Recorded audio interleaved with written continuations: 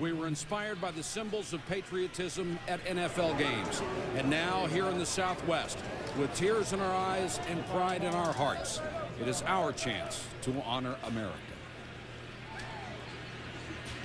Ladies and gentlemen, the events of September 11th, 2001 have changed the world forever.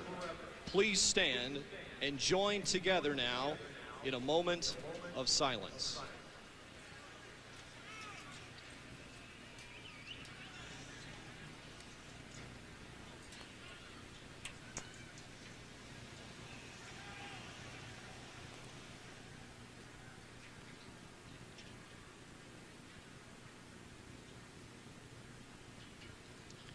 And now, to honor our nation's colors, please welcome Luke Air Force Base color guard and national recording artist from Hootie and the Blowfish, Darius Rucker. Beautiful for spacious skies, for amber waves of green, for purple mountain majesty above the fruited plains. America, America, God sheds his grace on thee and crown thy good with brotherhood from sea to shining sea.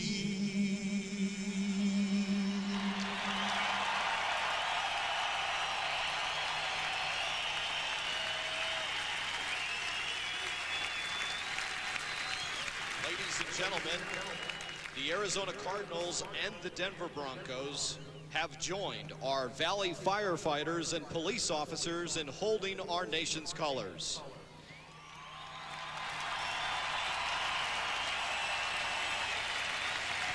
Please remain standing and join together now, united in one voice, with Darius Rucker in the singing of our national anthem.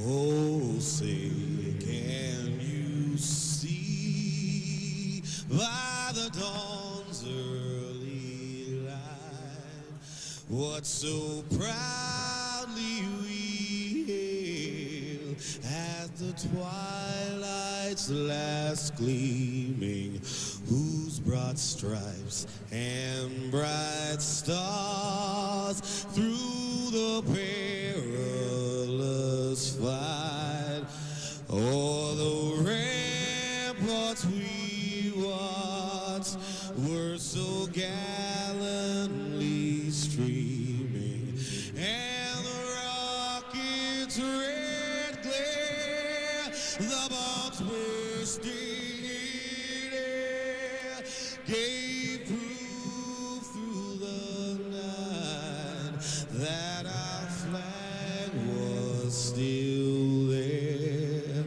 Oh, say does that star-spangled banner yet wave o'er the land of the free and the home of the brave.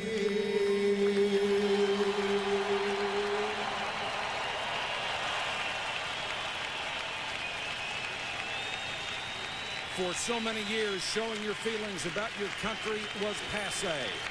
No more. We'll be back after this. There's no fuzz on this eagle.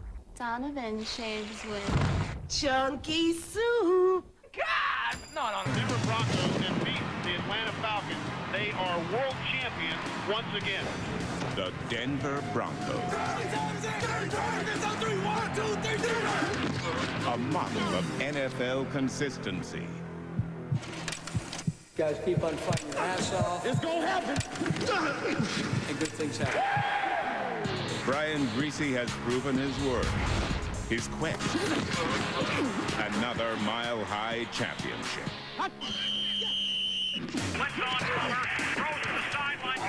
The Arizona Cardinals have laid dormant in the desert. I took this football job because I believe in the players that we have here. Their hopes lie on Jake Plummer, who must prove he has one lasting comeback.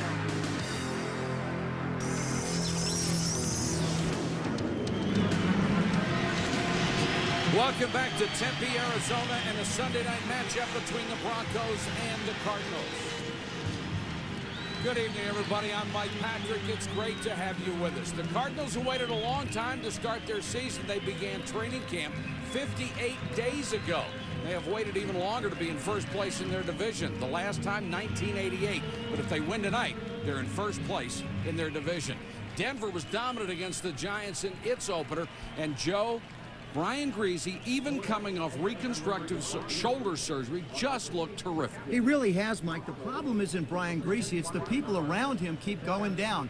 Terrell Davis is down. Ed McCaffrey was lost in the game against the Giants. They're not concerned so much about the running game. They know what they have. It's the passing game that concerns them a little bit and what's going on in the wide receiving corps. Rod Smith, he's there. He's got his 100 catches. They know what's going to happen. The big thing is what will happen with Eddie Kennison. Can Eddie Kennison fill the shoes of Ed McCaffrey? They realize he can catch the football, but the most he's ever had in a season is 61. Running the football is going to be the biggest concern. The wide receivers are a big part of why the Denver Broncos are able to run the football. Now, Paul, for Jake Plummer, he knows his receivers are there. He knows what he has. Running the football is not a big concern for their receivers. It's the guys up front. Well, head coach Dave McGinnis said the quickest way for us to be competitive is through our offensive line. So with the second pick in the draft, they took Texas offensive tackle Leonard Davis. 6'6", 370 pounds. But remember one thing, Leonard Davis has only played left tackle. When he signed with Arizona, they said, you are going to be our starting right guard. Well, tonight, he gets his first start against two of the better defensive tackles in the National Football League. All right, Paul, and both teams feel that running the ball is critical to their chances. Susie Culber has more on that.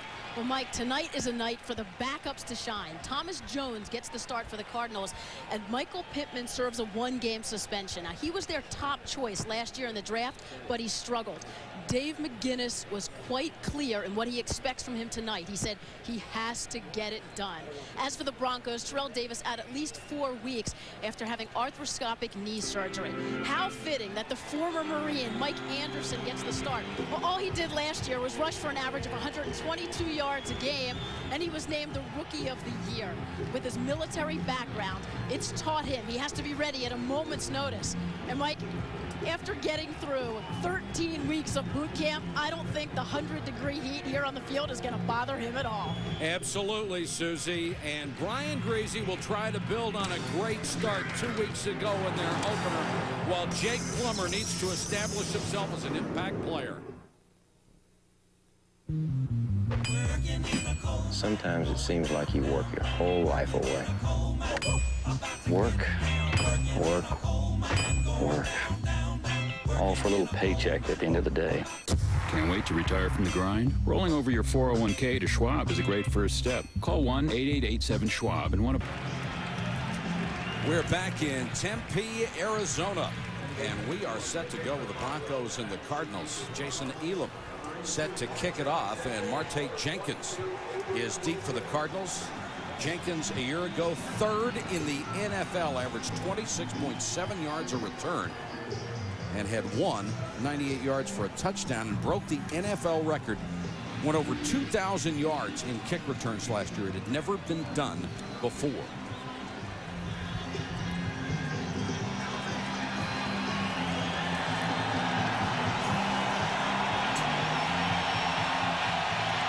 We are underway in Tempe. Jenkins from the 7.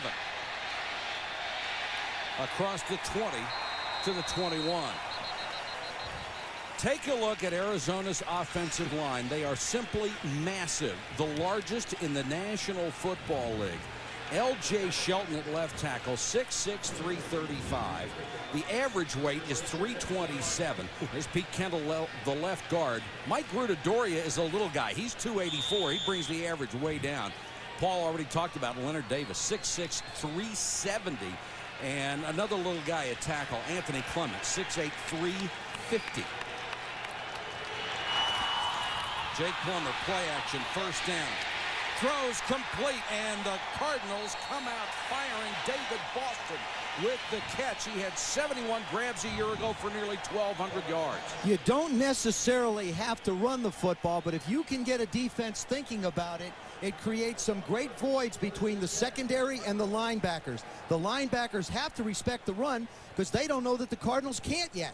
As you see Jake set and throw, David Boston does a nice job planting, breaking down, catching it on the move.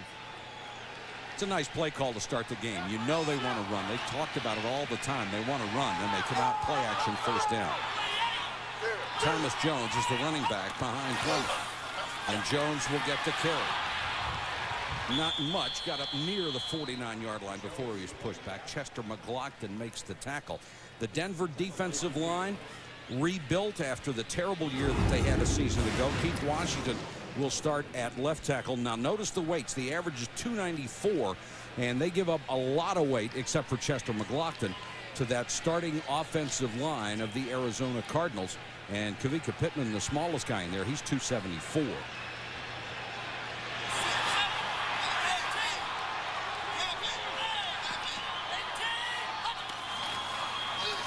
Jones just to midfield. Michael Pittman, who got most of the playing time a year ago after Jones lost his starting job, is suspended for this game on domestic violence charges by the NFL. He will be back next week, and they think he will give Jones another run for that starting job. Well, one of the things you have to consider here, Joe, when you talk about how big the Arizona offensive line is, yeah, you can block probably the guys on the defensive line because they're a little bit smaller, but the guys you have to really take care of are the linebackers. Mobley just made the play. 3rd and 7, and Plummer will go to the shotgun for the first time.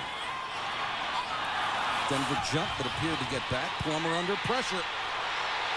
Got a good block downfield, and Plummer dives to the 31-yard line, first down.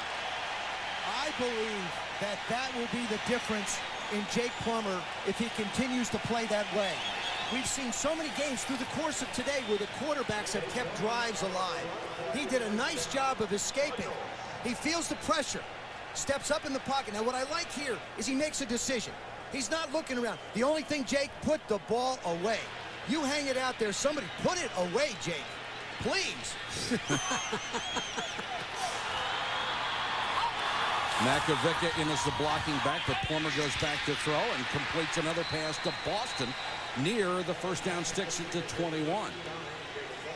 Jake Plummer has come in to this season with a lot more confidence than I've seen him before. You see his touchdown to interception ratio 54 to 80, 18-32 as a starter. He's really not had a lot of people around him. Mark Trestman, who was the coordinator last year of the offense, didn't have a lot to work with. I really believe they have the pieces in place now to be able to start a foundation of a good, solid offense. And believe me, this is an offense that has struggled on first drives for a long time. Well, if they are going to have a strength to this ball club, it is going to have to be the offensive unit. And there was movement up front from the rookie, Leonard Davis. McLaughlin came across. Who did it first? Leonard Davis, again, here's a guy that's starting for the very first time in a regular season game as a right guard. And remember, the only position he ever played was left offensive tackle for Texas. And here's the big guy, number 75. Watch this. I mean, the thing that upsets you a little bit about the fact that, I mean, he's a rookie, all right, no more excuses. Now he's played 2 plays or 3 plays. That's it. But the thing about it, he's right next to the quarterback. There's no noise here. He's got to know what the count is. 2nd and 6. 2 tight ends, 2 wideouts, draw play to Jones. And last year's #1 draft pick takes it down to the 26th yard line. Boy, Chester McLaughlin showed you what he is capable of doing. He's an interesting story. Mike Shanahan, everybody said Mike Chester's a lazy guy, hasn't played well, takes plays off. So he looked at some film, and he never saw him take plays off. There's a little bit of a double team. Mike Grudadoria couldn't keep him. I think Chester also realizes that this team's pretty good. He's pretty big. In his 10th year, he figures he wants to get a ring. 3rd and 5, Cardinals on their opening drive. Blitz coming. Plummer hangs in there and throws. Sanders to the 18-yard line. That's going to be a first down. Denard Walker made the tackle, but they gave Jake time that time. Thomas Jones, number 26, the offensive back, really steps up in and makes a tremendous block. Well, Joe, you said they have struggled on opening drives. Struggled, maybe not strong enough a word. 49 games they haven't scored on the opening drive by a factor of 2, the longest streak in the NFL. They haven't scored yet, boys. They're challenging it now. This is the closest they've been in a long time. Sanders goes to the slot left. Jones. Nice cutback and dives inside the 15-yard line. One thing Kennedy was there. I'm sorry, Michael, but one thing you got to keep in mind, here is a team has not played a meaningful game, and I mean a meaningful game, a regular season game, for 273 days. Joe, this team knows how to practice. They know how to practice, and this is Dave McGinnis' opportunity to see what his ball club can do. I think I expected him to come out fired up. As this game goes on, I'm going to wonder about their condition. 2nd and 6 for Plummer and the Cardinals. An impressive drive so far. Blitz coming. Jones runs away from it. Nice cut near the 10. They have to reach the 8 for the first down. When we had a chance to visit with Thomas Jones, the one thing he said he has learned in the year coming now in the 2nd year is that he only has a chance to make one cut. He gets one look, one cut, and turns it up. On the last 2 times he has carried the football, you don't see him dancing in the hole. It's one move and up the field. Already he's a better runner. And we saw it last year. He would get an opportunity to run the ball. He would dance around and get trapped, averaged only 3.3 yards a carry. But he didn't have any blocking either. 3rd down, Jones on the toss, needs to get to the 8. He won't make it, stopped at the 10. And now the crowd is going to chant for Dave McGinnis to go for it, but he wants the point. So on 4th and 2, I don't think you do that. Well, I'll tell you, if I'm going to run at someone on 3rd down and short, it's not going to be Bill Romanowski. Well, but that's where your big people are, Anthony. I understand that. Anthony Clement and Leonard Davis. The rookie, Bill Gramatica. Yes, he is the younger brother of Martin Gramatica. Will come on to try from 28 yards like his brother. Just a tremendously strong leg. Scott Player will hold. And the Cardinals take the lead on the opening drive. Very impressive. They make it pay off to the delight of Dave McGinnis. 3-0 Cardinals. Back in a moment.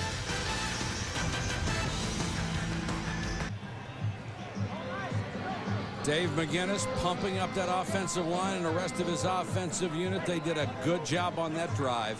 It took 7 minutes and 17 seconds off the clock. The kind of domination the Cardinals have rarely seen since they moved to the desert from St. Louis. Bill Gramatica to kick it away. He put the points on the board. And Kevin Casper, the rookie from Iowa, deep to return. From the 1.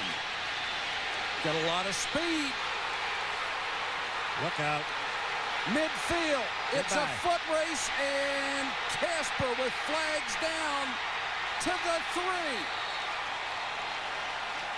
Caught from behind by Adrian Wilson, a 97-yard return, but there's a flag down back at the Denver 30. Oh, what a return. And it's coming back. Always the biggest question you have coming out of training camp into the regular season, and we saw it a couple of weeks ago in the opening games. So many special teams plays, young guys out of lanes. Look at the running lanes he has. But what a great job by Wilson. He just wouldn't quit. Doesn't matter if you tackle him at the 2. You still got him. You still stopped a touchdown. That's a great amount of effort by a rookie. The only place I know you can sweat in your room with the air conditioner on. Huh? Oh, man. Sweat in the pool. Yeah. Boy, next guy that says it's a dry heat is going to get a beating. Brian Greasy, 4th year out of Michigan, leads them out. Empty backfield from the 20. Greasy, flanker screen, Rod Smith. It's a nicely designed play, and they get 11. We took a look at the Arizona offensive line. Just huge. the biggest in the league. This is the smallest in the league. And 187 career starts. Veteran group. Teague, Friedman, Nalen, Neal, and Lepsis. This is a zone blocking concept, and these guys are the best in the National Football League. They do a brilliant job up front. We say they're the best even though they refuse to talk to the media and have for years. They are group, and that's it. Greasy. Nice job to avoid the sack and then throws it away.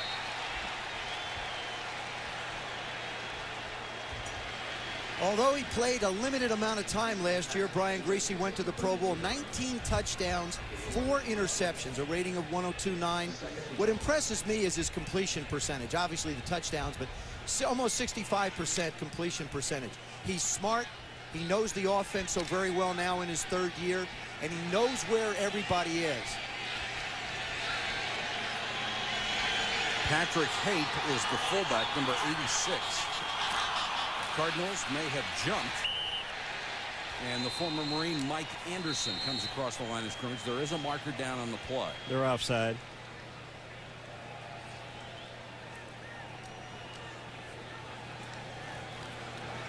Offside. 55 defense. 5 yards. Repeat 2nd down. That's Ron Blum, the official. All the officials are back. We told you about that Denver offensive line, how experienced they are.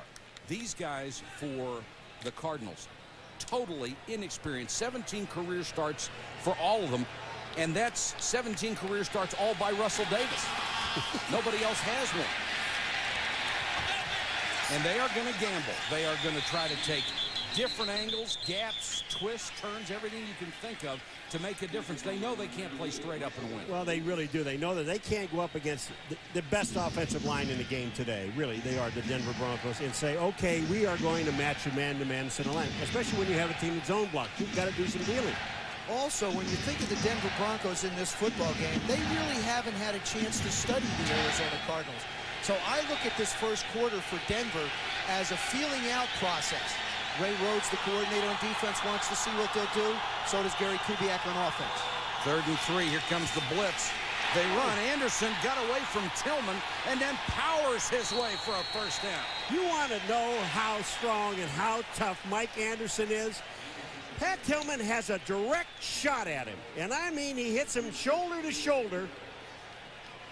Watch this. You want to see somebody ricochet off a guy. Here it comes. There's Mike Anderson. That's Tillman hitting him man-to-man. I saw Tillman. He's no small guy. Anderson keeps his feet, his balance, gets square to the line of scrimmage, and gets a 1st down. Anderson had 12 starts last year, averaged 121 yards rushing in each one of those starts. That was the best in the National Football League. This kid is tough, playing for the injured Terrell Davis, who's going to be out 4 to 6 weeks. This time, he is nailed by Ray Thompson. We asked Mike Anderson how being a Marine for 4 years has helped him in pro football. As a Marine, you train and you're taught to always be prepared at a moment's notice. And to give you that mental toughness, too, to give you that extra edge over a lot of guys that might not have that. And you learn how to push yourself to a point where you think you can't go no more, and then you realize that you can. Now Mike's going to get a break in Olandis. Gary is in on 2nd and 10. Cardinals come with another blitz, almost picked by Vanden Bosch, and they had a zone blitz going there. The defensive end drops back as a linebacker. The rookie nearly picked it. What you wind up seeing, what Brian Greasy isn't seeing, is he's not seeing people lined up in the same spot. That time we saw Vanden Bosch drop back. Watch the left defensive end.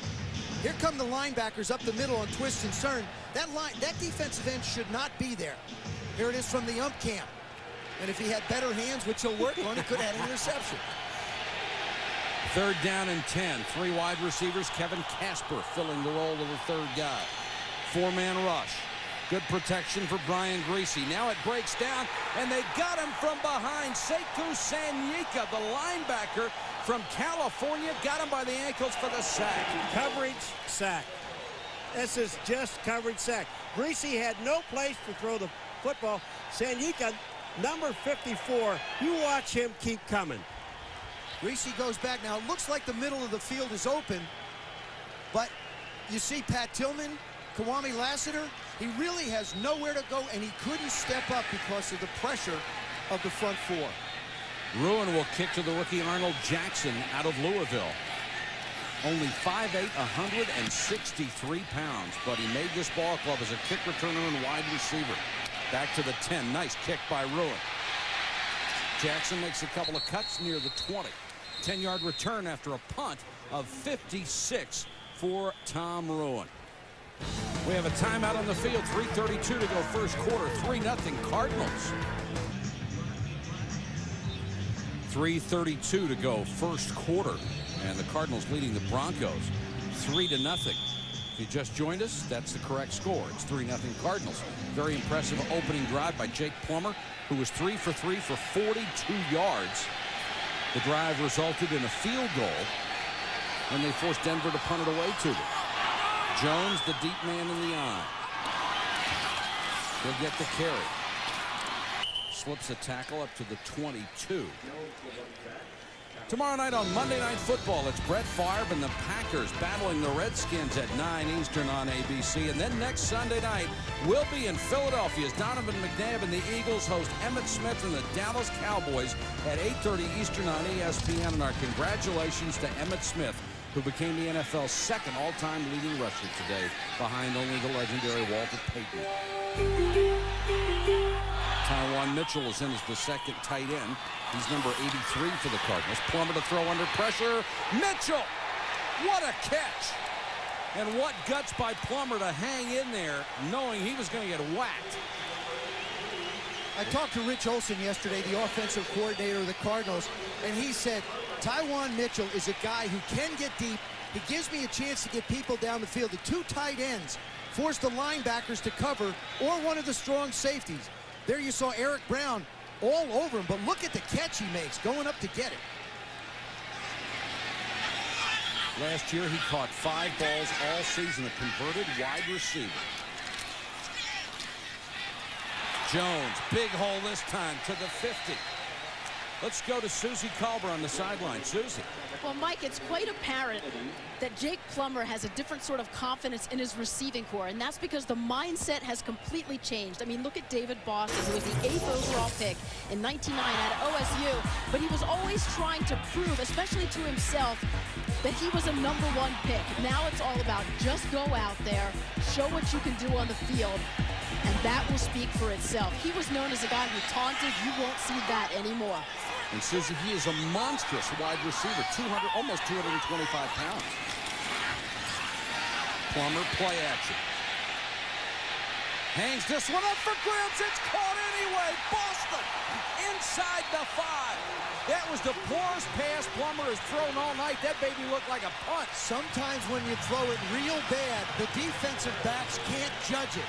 Deltha O'Neal, the corner, is in perfect position to make the interception. He just doesn't get it done. Well, you just take a look at the offensive line, held long enough, and Jake gets the ball up in the air. Watch number 24, Deltha O'Neal. He goes up, he commits to jump, but the ball isn't there yet. It sort of floats down. David Boston does a nice job of staying with it. Cardinals haven't had many breaks in their years here in Arizona. Maybe they're due for a couple. That one was 47 yards. Now Plummer is going to have to take a timeout with a play clock running down. 50 seconds to go in the corner. Arizona is dominating the Denver Broncos. Deltha O'Neal, number 24, really is in terrific position to make a play on this ball. Watch, he cuts underneath David Boston. He'll go up now to try and make a play on the ball. Coach says go up and get it at its highest point. The problem is this one floated like a duck and just went past him. It was at its highest point for quite a while. Deltha looked like he got about halfway up near and said, there's no way I'm going to get this ball. He pulled himself down. First and goal, Arizona from the 3. Jones, the single setback. 3 tight ends in the ball game. They try to run wide. That looked ugly. He'll lose 5. This is not the defense that you should run wide with, especially when you've got the size you have on the right side in Leonard Davis and Anthony Clement. And there's a marker down. Anthony Clement, pardon me. Correct you are. I got it right. Get the call from Ron Blum.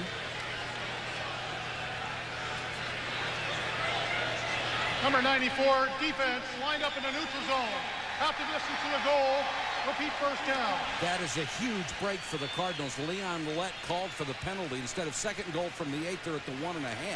Look at the ball control so far for the Cardinals. More than 2-1 in time of possession. 147-9 yards. I'll tell you what I do now. If I'm Rich Olson, the offensive coordinator of the Cardinals, I line up and I will run this thing over the right side of Clement and Davis. You might do it 4 times if you have to. I would. I'd run it all 3 times and make a decision on whether I want to kick. Jones, right side. That's 1 Got about a half a yard. That's all you need. Now just get right behind Leonard Davis one more time. Trevor Price stuffed that one. Well, Leonard Davis, number 75, is the right guard. Look at this. There's a double team on Price, and he actually splits it. Leonard Davis, he did not stay with him long enough. Had he stayed longer, that would have been a touchdown. That's why Trevor Price has been to consecutive Pro Bowls. Double team still makes the tackle on the goal line. That is the end of the first quarter. The Cardinals leading the Broncos 3-0, and when we come back, they will be bidding for more.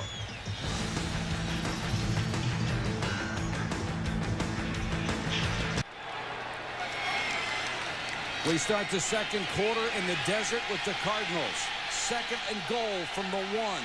3 tight ends, tight formation. Jones, the deep man. Jones dives. Touchdown.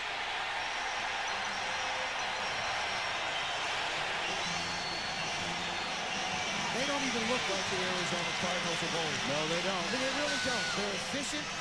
They're smart. They haven't made mistakes. They're running hard. And the biggest difference, I think, is Thomas Jones. He's making very quick decisions. Watch this offensive line push. Look at that. He just jumps over Leonard Davis's spot. Well, you know what happened. Thomas Jones was going to his left. Then he decided, wait a minute. Nah, I don't think so. Let me go back over the middle where the big guys are. Grammatica for the point after. And the Arizona Cardinals are up 10-0 on the Denver Broncos. Dave McGinnis, in his first full year as head coach, is loving the season opener. 14:57 to go, first half. Cardinals over the Broncos, 10-0. Another impressive drive. 80 yards, 3:35 off the clock. The first drive took more than 7 minutes off the clock. Jones finished it off over the top to give them a 10-0 lead. A lot of drawing going on. Both sides. Cardinals to kick off. That's Grammatica. Casper waits in his end zone. Remember, he had a 97-yard return called back in his first opportunity. Grammatica booms another one. Casper 5 yards deep, and he'll keep it there.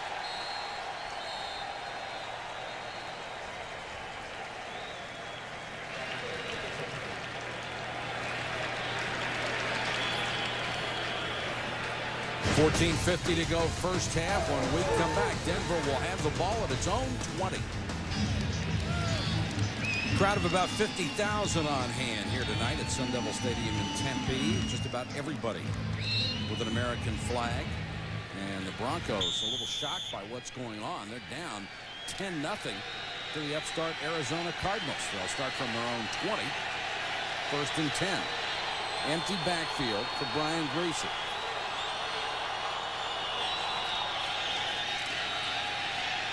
Good protection. A lot of time. Throws underneath for not much. Eddie Kennison with the catch. Let's go to the sideline. Susie Colbert. Well, Mike, as we know, week 1 was a painful win for the Broncos. Third quarter, Ed McCaffrey hit hard by Sean Williams, broke his leg in 2 places. He is a clutch receiver, inspirational for the pounding he takes, and he wasn't getting up, and now, as we know, he's out for the season. Rod Smith admitted he cried, said a part of him is missing without him. Coach Shanahan, who rarely goes out to the field, went out and held Ed's hand. And Susie, it really hurt Brian Griese as well because he thought he laid his friend out. But that's just the way McCaffrey plays. He has laid himself out ever since he came into this league.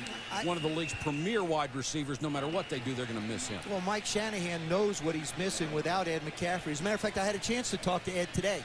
He appreciates everybody's well wishes, and he also appreciates the fact that his football team cares so much about him. Absolutely. But he's working hard. He said everything feels good. The doctors are very optimistic, and It's been hard for him. Unnecessary roughness. Number 57, defense. 15 yards, first down. It's a big mistake by the middle linebacker, Ron McKinnon.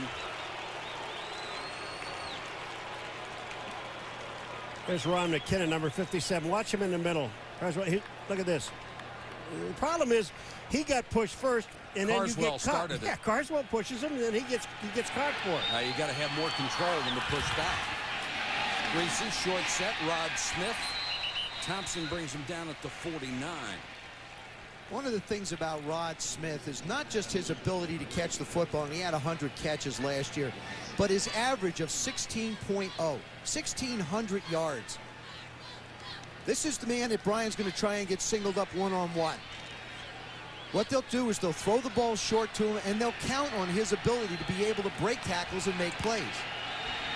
Was undrafted out of Missouri Southern. Anderson bursts up the middle across the Cardinal 40 to the 39. Kwame Lassiter and Pat Tillman, the safeties, combined on the stop. There is a great example of their zone blocking. They don't care who comes in the gap. They just pass them, as Joe told us in the meeting, they just pass them on down the line. If you go across my face, there's going to be someone else to take you. And that hole open, they have one cut and one cut only in Denver. And a lot of the teams, a lot of backs now are looking at it. That's what they do. You got one cut, get to the hole, and get downfield. Anderson on the draw. Upended that time. Marcus Bell, the rookie out of Memphis, a fourth-round draft choice this year, stood him up. They'll play a lot of guys in there, try to keep him fresh. Like the rookie. They have 13 rookies on this Arizona team. It's the youngest team in the National Football League, and that even includes 40-year-old Trey Junkin, who brings the average up a little bit. He's a rookie. He played so long ago, he played with Joe. Played so long ago, he played with you. Greasy. Smith, he'll be stopped a couple of yards shy of a first down. Chavis was out there on the coverage. Corey finally healthy, bothered by bad knees the last couple of years. Watch Rod Smith work against Corey Chavis. This ball is in the air long before he makes the stop. Top of your screen, number 80. Watch this, right there. Bang. See him? There it is. Ball's in the air. Just as he makes the turn, Corey couldn't stop and turn quick enough. Well, there's nothing you can do about the perfectly thrown ball, and Greasy can do that. He is a terrific young man. Nice play fake. Now under pressure. And hit as he threw incomplete. The blitz by McKinnon. Boy, I tell you what, it's the hardest thing in the world to do, and you see it week in, week out. When you send more people than you have to block with, you're going to get your quarterback hammered. And this time, Ronald McKinnon, number 57, he just really comes free. Now watch him. He never slows down. He's on the right of your screen. He goes right at Greasy and hits his arm. And what a nice job of being under control as well. He didn't run by him. Now Elam will try from 49. He's got the great leg. And it hit the upright and made it through. I think it might have hit both of them. That was a double dunk. Would have been good from 55, a little off on the angle, but caught the post. And finally, Denver gets on the board with 11:24 to go in the half. Broncos get on the board with 11:24 to go in the half. They are down 10-3 here in the Arizona desert to the Cardinals. And Elam got a tip from Steve Lindsay, a guy he was competing against in training camp for the kicker's job, and he has never kicked the ball off any better, although this one is going to come up well short. Marte Jenkins on the run.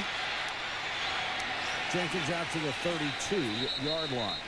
Start your Monday night with Mike Tirico and Tom Jackson for Monday Night Countdown, presented by UPS at 7:30 Eastern on ESPN. That's followed by Monday Night Football, Brett Favre and the Packers against the Washington Redskins on ABC. Coverage starts at 9 Eastern. Jake Plummer has had success running the football and throwing the football. I would look for Ray Rhodes, the defensive coordinator of the Broncos, to start dropping his safeties down, whether it be 26 Eric Brown or Kenoy Kennedy, number 28. Look for them to play a little bit closer to the line to try and shut down and make Jake continue to throw and try and throw at that rate. The snake is perfect so far, 5 out of 5. Jones tries to cut it outside. Flag goes down at the end of the play. It's usually a late holding call or a face mask.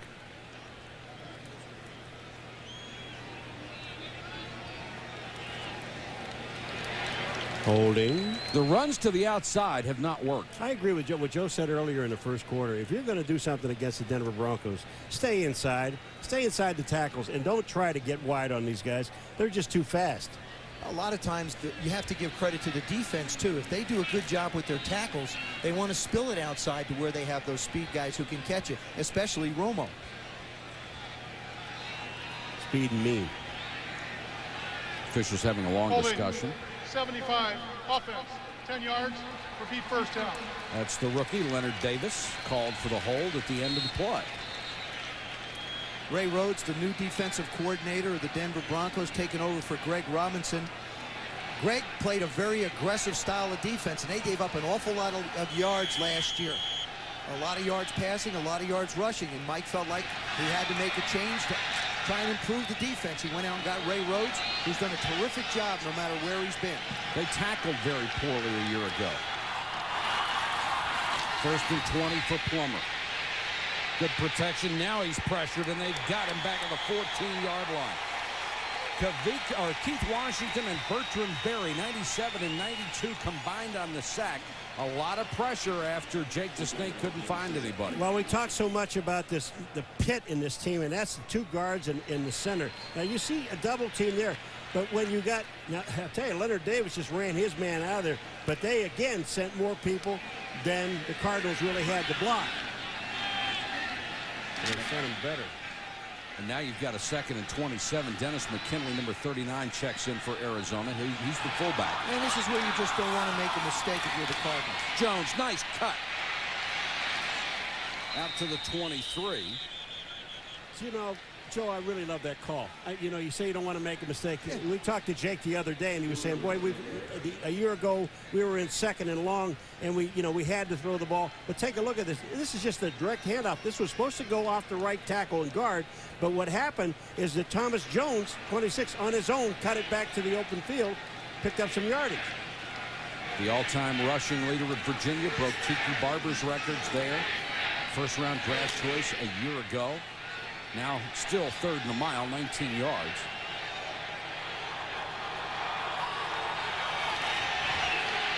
Plummer screen to Jones, waiting on his blockers. And Jones takes it up near the 45-yard line, so they got a lot of it back, but not enough. That was just a nice job of calling plays by Rich Olson. You ran the ball to get into a respectable position, then you throw a safe pass, pick up some yards, punt it away, let your defense go out and do their job. And how many times in the past have we seen the Cardinals make the big mistakes in those circumstances? You mean Jake? Well, and as well as the play calls. Delta O'Neal waits at the 15 for the punt of Scott Poyer. Made his first Pro Bowl a year ago. Beautiful kick. O'Neal at the 15. Delta O'Neal runs into his own man. He had nothing but green grass in front of him. A 10-yard return after a 50-yard punt. Sekou Sanyika was down to make the tackle on special teams.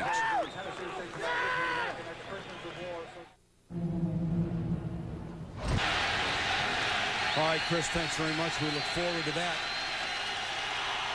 The Broncos start from their own 24, down 10-3. Anderson was the motion man to get him back in the backfield, and then he is wrapped up as he got to the 27. So far, Denver's gained 43 yards in total offense. Susie's no-name defense is doing pretty well. Well, Mike, Joe Green promised that they're going to be like that feisty little dog that's always chopping at the ankles, never letting up. And the Broncos had to admit that when they looked at tape, they saw these guys flying around, 7 or 8 guys on the football every play, every chance they get. They've certainly done it so far. 2nd and 7. Showing blitz. And they'll run against it with Anderson. Lassiter came up from the safety spot. Flag down after the play. And it's going to be a hold against the Denver Broncos. And they're pointing at Lenny Friedman or Tom Nalen, the center.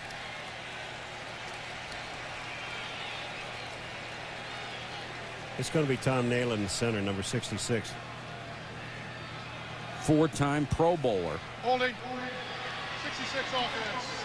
10 yards, forced from the spot of the foul. Repeat second down. And that flag came very late. If you're just joining us, Arizona is dominating this game. They are up 10-3. They took the lead on a field goal, then got a touchdown to go up 10-0. Denver finally got on the board early in the second quarter. And now Olandis Gary will check in as the running back on 2nd and 16 for Denver. And splits out as a wide receiver. Pressure from behind. Vanden Bosch. The rookie from Nebraska came around the corner, and Nebraska defensive ends, if nothing else, have one thing. They can run. And, man, do they love this guy here in Arizona. Vanden Bosch, when he came here, he goes 150 miles an hour all the time. Look at the speed of him getting around to the outside. T can't even get close to him. But Vanden Bosch in practice, they talk about this guy when they do the gassers, the runs. He's got a whole football, half a football field in front of everybody else. And I mean, this guy's in absolutely perfect condition. 3rd and 16. 3-man rush. Greasy with a lot of time. Throws down the middle. Chavis almost picked it. Oh, Corey Chavis cut in front and couldn't hold the ball. Is that a grunt? What he does is he lets the ball get to his body. I mean, really, Corey, he had one interception last year. Watch this. Greasy's going to scramble out to the right. Number 25 from the right of your screen is trailing the receiver, and he just lets it bounce into his body.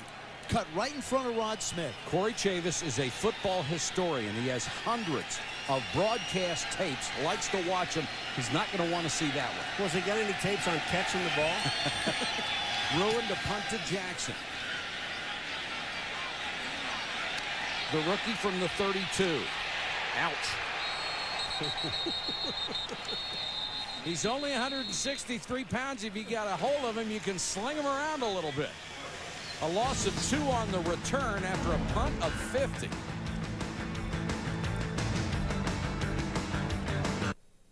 Man, 5 hours. Spirits are high in the desert, especially with the Cardinals up 10-3 over the Broncos, 7:13 to go.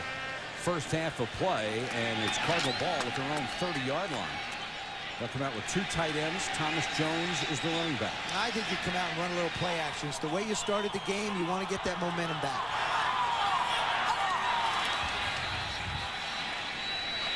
Plummer throws behind, and it's picked off Denard Walker. Walker lost it. And a mad scramble for it. Sanders indicating the Cardinals have it, but they'll have to unpile. His former teammates at Tennessee said Denard Walker had the worst hands you ever saw. If he could just catch the ball, he would lead the NFL in interceptions every year. He caught that one.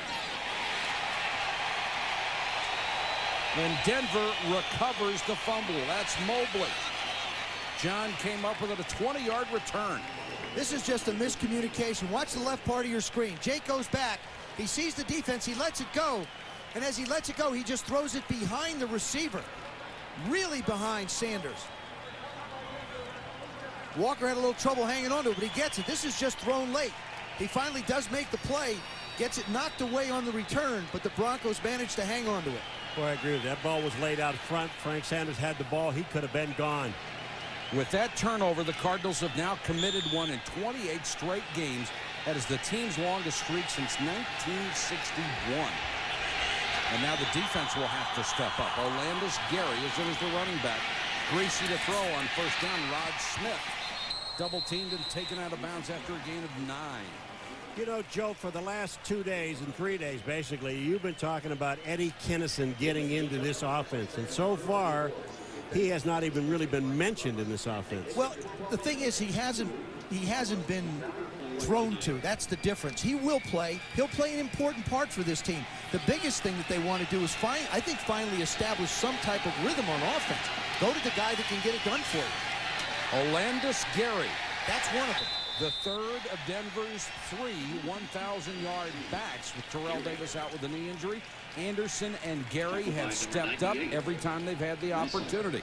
Gary, 159 yards, missed 15 games last year with a knee injury. That's when Anderson got his opportunity and played so brilliantly. I can't ever remember a team having 3 backs that could run that way.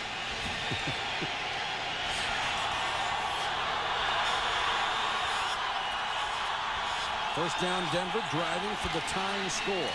Gary again hitting the backfield, shakes the tackler, and then stood up by McKinnon, the middle linebacker, and he got help. Let's get down to the sideline and Susie. Well, Mike Shanahan's looking awfully smart for keeping 3 quality running backs. Before the draft this year, he wasn't willing to part with any of the 3 without getting a first-round pick. You know, everybody wants something for nothing. Then during the preseason, of course, the Ravens wanted to deal. They would never do that with a conference rival. Then Mike said the toughest decision was who to sign to the major contract, and of course, Mike Anderson got it. And tonight, 2 great backs, even without Terrell Davis. Susie, that's a very bright man there, Mike Shanahan. The top of the coaching profession. Greasy with the fade for Smith. Bobbled the ball, no touchdown. Nice coverage by Tom Knight. Boy, Rod Smith, you talk about a receiver timing the ball perfectly, getting up in the air, and if this wasn't great coverage by Tom Knight, this is touchdown. Watch Rod Smith.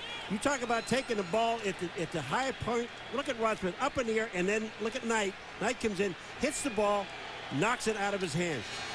That's outstanding offense and defense. Big play here, 3rd and 10.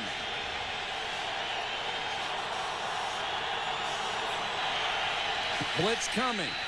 And Greasy threw it behind his tight end Desmond Clark, who had a couple of big catches in the opener 2 weeks ago, and they'll have to go for the field goal. And the reason he threw it behind him was because of pressure. Pat Tillman that time from the safety position winds up putting pressure on. Number 40 from up top gets in his throwing lane, comes flying in. Just enough to make him speed it up. Elam, who is already connected from 49, will try from 30.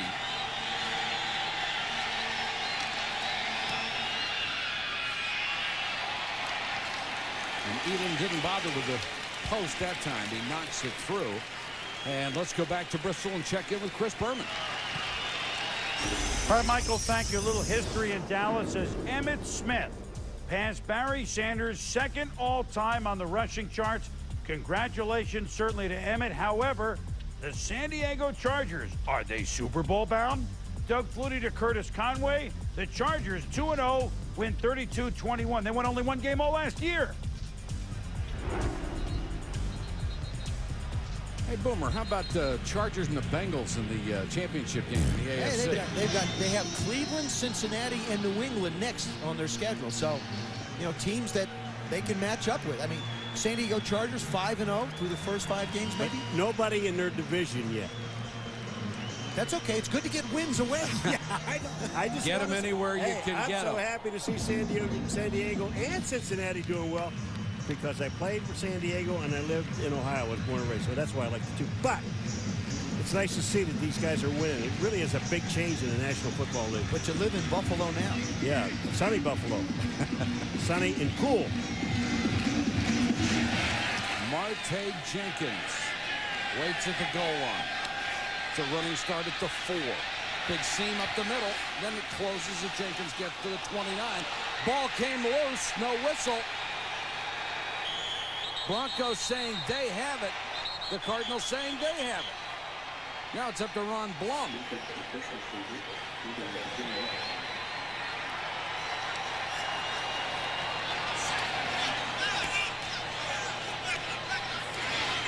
Do you have any idea how much pulling, yanking, tugging goes on underneath? Well, I think that what you're seeing is you're seeing a football team that has not handled the football in live contact, as you mentioned, for 273 days. That's one of the concerns you have. He goes into the pile, and he just gets pounded on the ball. He never got hit like that in training camp. The ball's out, it's on the ground, it's bouncing around, and the Broncos. Ian Gold, backup linebacker, credited with the recovery. 2 big turnovers for this ball club that was up 10-0, and now they're in jeopardy of going down. And Marte Jenkins getting a tongue lashing on the sideline. But these are the things that happens to you in the first game of the season. Anderson is back in as the running back, and he'll get the carry. Runs into his own man, bounces it outside, and then stood up. Nice defense by the Cardinals. Next Sunday night, hope you'll join Chris Berman and company for Prime Time. It's presented by Miller Lite at 7:30 Eastern, followed by Sunday Night Football at 8:30. Donovan McNabb and the Eagles host Emmitt Smith and the Dallas Cowboys next Sunday night on ESPN. You can also see all the Sunday night NFL games on ESPN Deportes. All right, Paul, look for Eddie Kinnison here. Anderson inside the 20 near the 17. Pat Tillman made the tackle. I agree with that. I think what Denver's really trying to do now is find something that works for them, and if they have to grind out on the ground, they're going to do that and throw on third down. Well, that's what they do. I mean, teams have identities. Offensively, the Denver Broncos, you know, with their 1,000-yard rushers, they like to run the football, and they want to take shots when they get close to the goal line. This would be one of those opportunities where, you would expect an Ed McCaffrey to make a play here. Now it would be Eddie Kinnison's turn. 3rd and 4. Greasy pumps, can't find anyone. Under pressure, throws it away. And you got to take your hat off to the Cardinal defense. They have seen 2 big turnovers in their own territory and forced field goal attempts instead of giving up touchdowns. Sanyika and Vandenbosch. I'm telling you what, these guys don't quit on defense. They just keep coming and coming and coming. Greasy held on it just a little bit too long, and they nailed him. That's one thing that Brian said he had to be smarter about. He has been hurt before. He said he wants to get that last yard, that last second to hold the ball. Now he realizes staying healthy and staying on the field is more important. Elam has already hit from 49 and 31. This is 35 yards in length. And perfect. So Elam has all the points for Denver. The Cardinals continue to lead, however. They're up 10-9 with 3:23 to go in the half.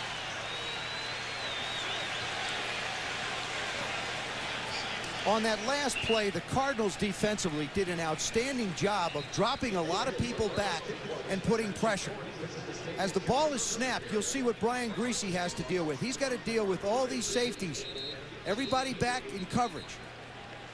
Now, as the ball snapped, he goes back. They jump the receivers right there. You stop it. He's covered. He's covered. He's covered. He's covered. He's got nowhere to go with the football except run and throw it away. Excellent job by Larry Marmie, who's taken over as the defensive coordinator as Dave McGinnis was promoted to head coach. Well, how about this? Arizona's given up to 2 turnovers. Denver had the ball at the Cardinal 30 and at the Cardinal 23, and they only got field goals out of it. Well, the one thing that Dave McGinnis told us, the head coach of Arizona, is what I want these guys to come out with is a lot of energy. And so far, through this first half of the game, they have maintained that energy. Now, can they do it for 4 quarters? Jenkins would love to redeem himself after that fumble. 2 yards deep on this one. The NFL record setter on kickoff returns from a year ago is drilled just shy of the 20. Ian Gold came down and nailed it. They love Ian Gold. He's the guy that got the fumble. He wasn't the guy that made the tackle before. Keith Burns, number 55, was the guy that caused the fumble. But on that play there, they say this guy will hurt you. I mean, he will flat hurt you. Number 52 is Ian Gold. Look at this. Oh. He was one of the nation's best running backs in high school. He thought he was going to be another Walter Payton or Emmitt Smith. He went to Michigan. They said, son, you're a linebacker. Well, I'm going to tell you something. If you're silver, he can turn you to platinum. Okay. I'm telling you, this guy can hit you. Plummer. Good protection. And that's complete out near the 35. David Boston again. The Cardinals trying to get back to what they did earlier. First 2 possessions, 152 yards, and got all their points out of it. The last 3, only 4 plays, 14 yards, and 2 turnovers. Which Cardinal team are we going to see the rest of the way? Well, which one will Rich Olson, new offensive coordinator, see? I like the way he has called this game for Jake Plummer. He's taken his shots, but he's really got his offense in a rhythm. First down from the 35. Thomas Jones, the deep man in the eye. Jones will get the draw. Hasn't been much running room for last year's first-round draft choice lately. John Mobley makes the tackle that time. Jones so far 12 carries, 33 yards. And I talked about what you're starting to see is you're starting to see Ray Rhodes settle in and see what Rich Olson wants to do. Now it's a battle of coordinators. What do you do against him? If he drops that safety down, can my receivers beat your corners one-on-one? That's what Rich Olson is thinking now.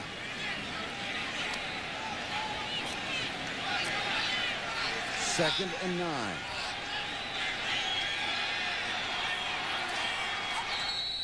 And they didn't get the play off before the 2-minute warning. So we'll take a break with the Cardinals pleasing their fans here on opening night in Tempe. 2 minutes to go in the half. Patriotism rising in the Arizona desert.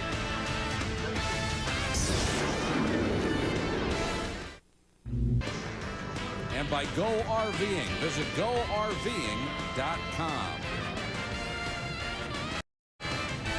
Beautiful sunset downtown Phoenix, Arizona. Did it get under 100 yet? I think it's 99.5. Plummer back to throw. Too high for Sanders. Delpha O'Neal with good coverage out there. Now that's the second time he's tried to go to Frank Sanders. He threw a pick, threw behind him one time. This throw was high and wide outside. It seems like he's struggling a little bit with Frank. David Boston, he's having no problem with whatsoever. You know, even talking to these guys on Friday, one of the things that they said to us with this big new offensive line that they have, the one thing that to make this team successful that they really have to do is run the football. And every coach says that, but it's really important for this football team to be able to run. It's really important for them right now to get 9 yards on third down. Plummer to Sanders, cuts back in. Romanowski is right there. And the Denver Broncos want a timeout because they want to get the ball back and with some time. They got 1 minute and 46 seconds on the clock. You know, Denver will have 2 left. Excuse me, Jim. People ask the question quite often, why does a quarterback throw a 2-yard pass when it's 3rd down and 9? And you have to give credit to the defense. They realized that you want to throw the ball downfield.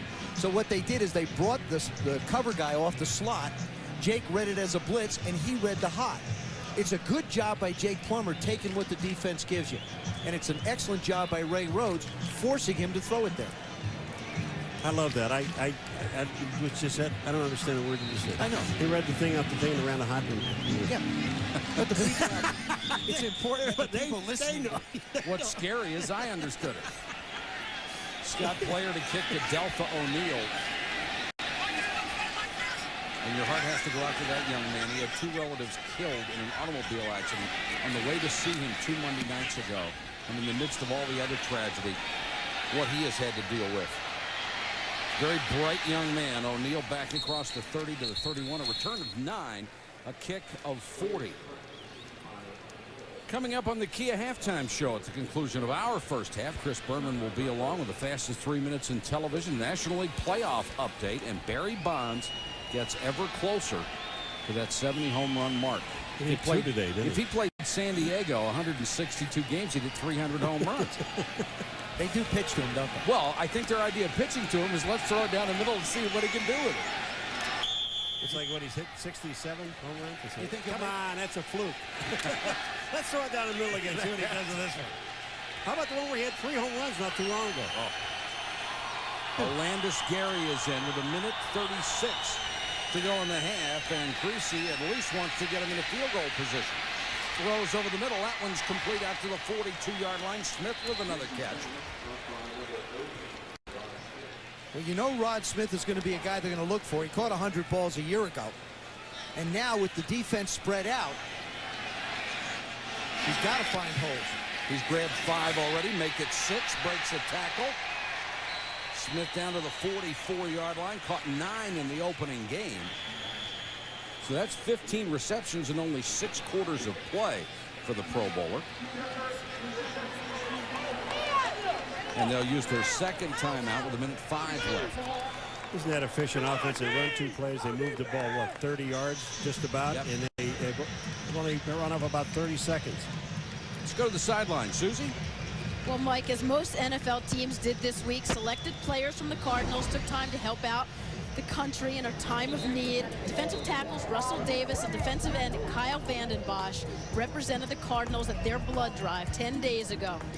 Held at a local shopping center, just trying to show the country that they care. And this Cardinal organization truly trying to be a part of the community. This place doesn't sell out very often, but maybe if they get something going this season, can't hurt. Well, Susie, you're right about that. They have a little better than 50,000, we're told, here tonight. And everybody from all the National Football League teams and from the league offices, an outpouring of help and sympathy. We're so very proud to be part of it. Casper is in there as the third wide receiver. Greasy underneath. Loose ball. And out of bounds. Big break for Denver. As they cough it up, but it got to the sideline. Good play by Tillman. But Dave McGinnis is trying to say this was not a catch. But inside 2 minutes, he can't make the decision. No, he can't. It's got to be done upstairs. The challenge has got to come upstairs. Well, let's see if it's a catch. Comes across 1 foot, 2 foot. That's a catch. I don't know. It looked like he was trying to shift it and move it around. It'd be worth taking a look at. Clark, the big tight end. But the thing about it is now, even though if it becomes a catch here with Rod Smith, I don't think he has that ball. All right, if they call it a catch, so Pat Tillman hits him, that ball cannot be fumbled forward, which it did about 5 yards. So they brought the ball back to the 39-yard line call, Paul, instead of the 34.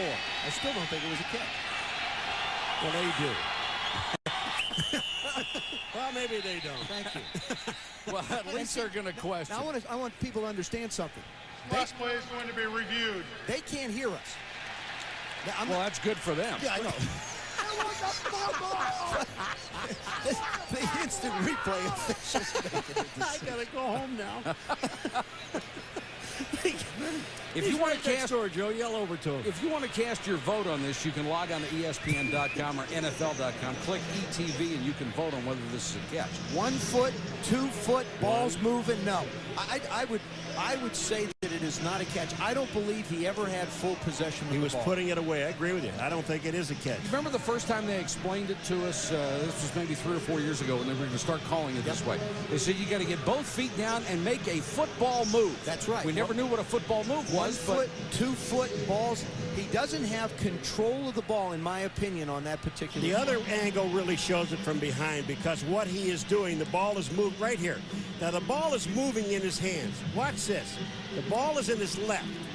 See it? It's in his left, and he's trying to bring it back to his right, and the ball comes out. And I don't want one thing to get overlooked on this particular play. The job that Pat Tillman does, he just doesn't make the tackle, but you see his right arm and fist come through and actually punch the ball out while he's making the tackle.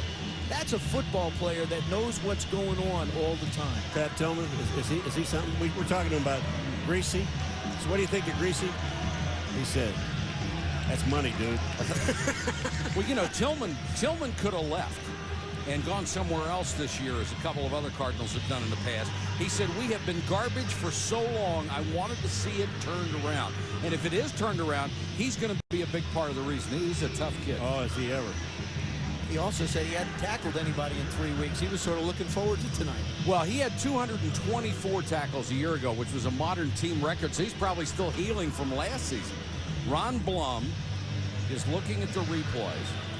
All right, we look at this thing just one more time, and really, this is not a catch, and I agree totally with Joe. Watch his arm. Now, he's moving the ball. It's in his left arm. Now he's trying to move it back to his right, and that's where Tillman comes in and knocks the ball out.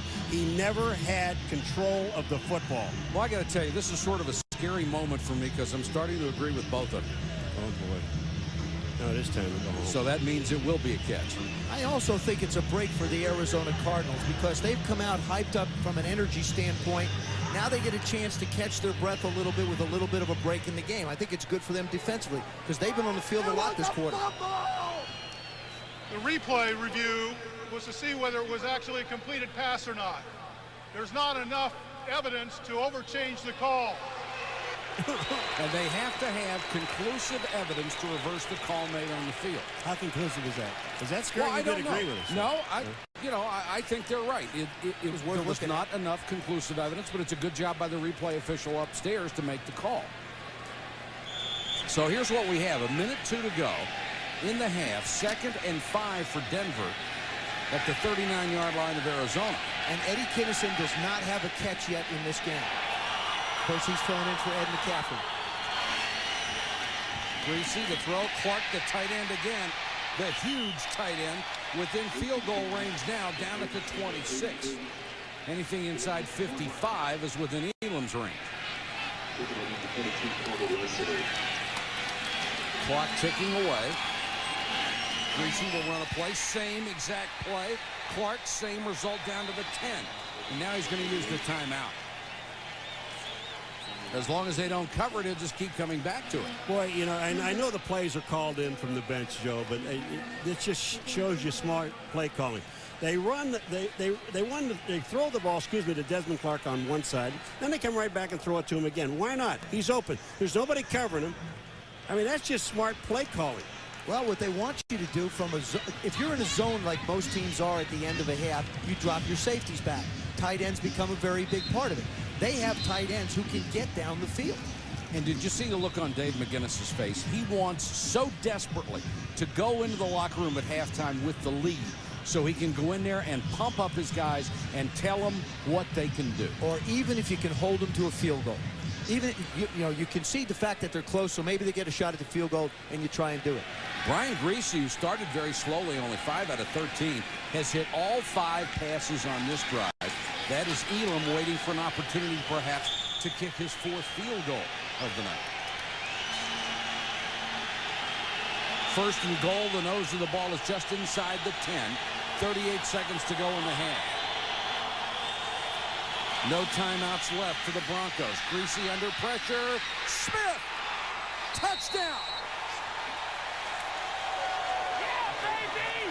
What a throw, what a catch. Oh. You can't defend this. You just cannot defend this. He pumps it and then lets it go and puts it the only place that Rod Smith can make the play. There's nothing Corey Chavis could do. And it looks like they are out to go for 2, leading by 5. All the coaches have those cards that tell them you're up by this much, then do this. And pretty much they stick to it. It has gotten much quieter here in Tempe as Denver has come from behind. Greasy with an empty back to it. Gary in motion. Greasy, nice play fake, and easily for the 2 to Dwayne Carswell. There wasn't a soul within 15 yards. Greasy had 2 choices, Carswell or himself. Well, he could have crawled in. Gary Kubiak is the offensive coordinator of the Denver Broncos. And he just did a masterful job of calling plays. Watch this little pump fake. Watch this catch by Rod Smith. This is why he's all-pro. He's moving to all-world status. Look at that. He caught the back end of the ball, then gained control, and shows the official that he has it. Corey Chavis taking an outside position. Now he tries to close. Thinks the ball is thrown up front. Not a chance. That's a magnificent catch. Look at that. Look at how he caught the end of the ball. Oh, my. Thank God for gloves. So Denver, a team that was dominated here by the emotion of the Arizona Cardinals, has come back from a 10-0 deficit to score 17 unanswered points. Marte Jenkins is deep to receive.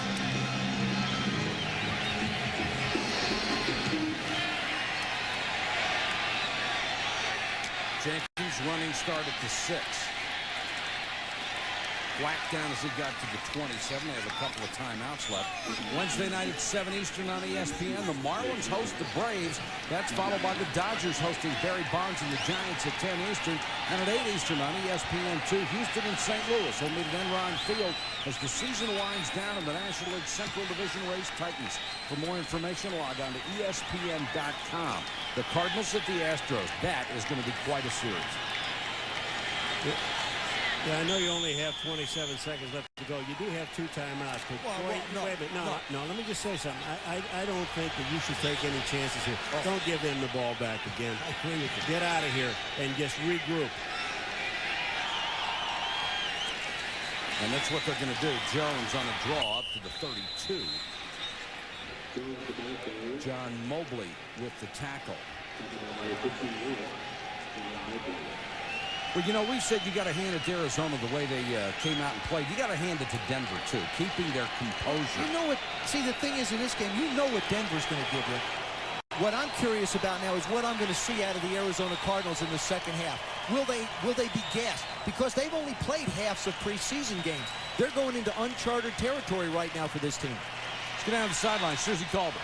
Well, David, sort of what we expected. So much energy and adrenaline from your guys out of the gate, but then momentum seemed to turn the Broncos' way. So what adjustments can you make to swing it back your way? We can't turn the ball over, Susie. That's the biggest thing. And we're turning the ball over and giving them field position. And when we've got a chance to get turnovers, we have to get them. We'll keep the emotion up and we'll keep playing, but we've got to make plays, and we cannot turn the ball over to this offense. What's the biggest thing you have to do in the second half? We've got to be able to move it on offense when we get it, and we've got to stay in there for more than 3 downs.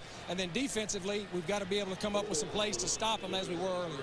Thanks, Coach. Okay, Susie. All right, thanks, Susie. We've completed the first half here, Sun Devil Stadium. The score 17-10. Let's join Chris Berman for the Kia halftime show. Okay, Michael, thank you very much. A day in the National Football League unlike any other in the long history. Denver will start at its own 27. Anderson gets the call as the running back to start the half. Patrick Haight is the fullback.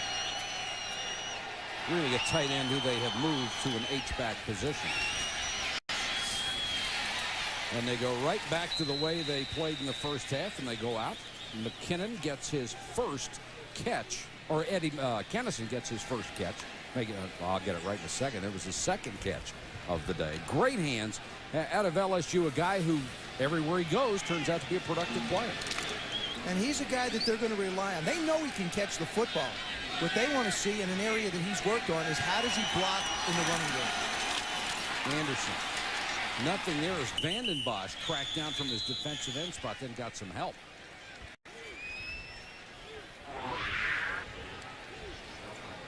Greasy, 12 out of 20. Sitting 60%, has the 1 touchdown. Anderson has been limited to 30 yards, and Smith with a big first half. 7 catches for 70 yards. The big 3 right now for the Denver Broncos. And a touchdown catch is going to make their highlight package. Absolutely. 3rd and 2. Only 1 wide receiver. And they'll give it to Anderson. And he doesn't get within 2 yards of it. Boy, this is a classic example of what the Arizona Cardinals really wanted to do on defense. And that's take guys and deal inside and keep moving down the holes. And you cannot pass off too many guys. If you have more guys coming, take a look at these guys on the defense, the white shirts sliding down the line of scrimmage and making a stop. On the last 2 plays, Denver gained no yardage. They have played hard defensively. Ruin, who is averaging 53 yards a kick in this game, averaged 50 against the Giants, will kick to Arnold Jackson.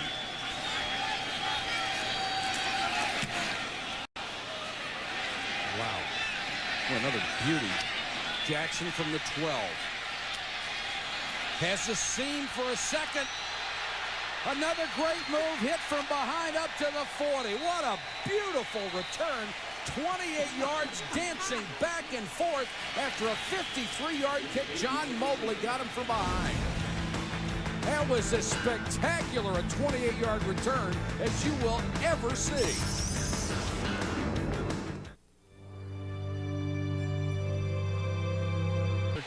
Out of Tennessee, just flies through. This is classic Ray Rhodes. He likes to bring pressure, but he likes to bring it in certain situations. When you start to do something, he'll come after you. If you're backed up, he'll come after you. Actually, it should have been blocked by Thomas Jones. Number 26 has a shot at Wilson. He goes low on him. This is something that a young back's going to learn. You can't go low on linebackers at this level. You got to meet him in the mouth. 2nd and 18. Plummer met him in the mouth. Draw play, Jones. Fumble. Ball's on the ground. Denver saying they have it again, and they do. Holy cow. The recovery by Bertrand Berry. And Jones pleading his case. He says he was down. Let's see if the Cardinals challenge. Well, if he's down, somebody's going to be able to see this upstairs and take a look at it. They can throw a flag and call for a replay. Another huge mistake from the Cardinals. You got to be convincing to the head coach. Were you down? Were you down? Tell me, were you down? Thomas Jones. I believe he's down. And now the Cardinals are going to change. It was tough to see from that angle. But Thomas Jones sold it to the coach, to Dave McGinnis. He sold it to Dave and said, "Hey, I was down." Now, you better be right too. I would be. You lose a timeout if you're not.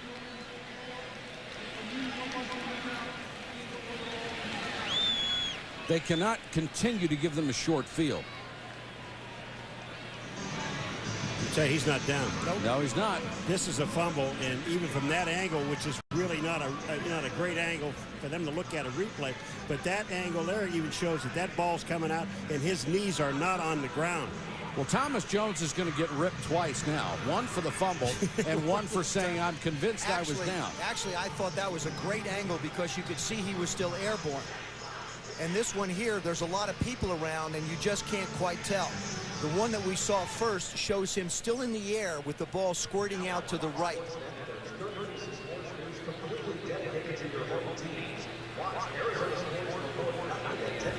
There are tough looks everywhere when you look at this thing, but I'll tell you what, his knees have got to be down. One knee has to be down, and they weren't down. That ball is out. Now, again, I was just going to say, if you want to vote, but people already are. Yeah. They're way ahead of us. Log on to ESPN.com or NFL.com. Click ETV if you want to join the fun. See the right side of the frame? I'll put a little circle on it. There it is. That's the ball right there. Now look at the ball and look at his knees. He's not. That ball is. The ball is already out. Though I said the first one wasn't really that good. It really was. It was a good one. From behind, it just shows that his knees are not on the ground. And we've got the best camera guys in the business. We've got the best crew in the business. Sometimes you're just not going to get a perfect shot. Well, we're hearing from Denver. Look at it. Here it comes now. Look at this. Now, just watch to his right. You see the ball comes out now. The ball is out. His knees are not on the ground. But again, is that good enough for the guy upstairs? Well, it's certainly good enough because they have to have conclusive evidence to overturn it. And they ruled on the field that it was a fumble. It looked like Kavika Pittman, number 95, was the one who came in from the side and knocked it loose. Reviewing the play, number 26, both knees were off the ground when the ball was fumbled. It is a fumble. First down, Denver. Looked like a good call by Ron Blum on the review. And the Cardinals, again, have done it to themselves. An interception and 2 fumbles. Everything happening in their own territory. And this looks more, unfortunately for Cardinal fans, like the old Arizona Cardinals. What was the first thing he said to Susie at halftime? We can't turn the ball over to Susie. Can't turn the ball over, Susie. Well, this offense is superb, and you just can't give them a short field all the time. Olandis Gary is in at running back. Play action, Greasy, beautiful fake. All the time in the world, Smith, touchdown. Made that look easy, didn't it? Oh, boy. I'll tell you, that fake to Olandis Gary just throws everybody. I'm not talking about one side or the other of the defensive line, linebackers, and safeties and corners. This throws everybody. I talked about Ray Rhodes liking to go after people. Gary Kubiak does the same thing on turnovers. What happens is they bring Rod Smith from the right side of the field, and Brian just hangs it out down the middle. Greasy leads the NFL in quarterback rating coming into this game with a remarkable 144.3. It's not going down. No, he's probably going to raise it again tonight. Denver showing you why they are a Super Bowl contender. Now they're up by.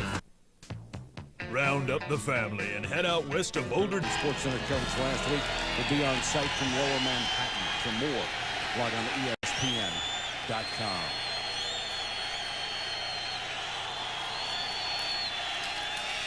Olandis Gary can't get outside, and Vanden Bosch will lead the gang that makes a tackle. Nice hard run by Gary. Let's go to the sideline.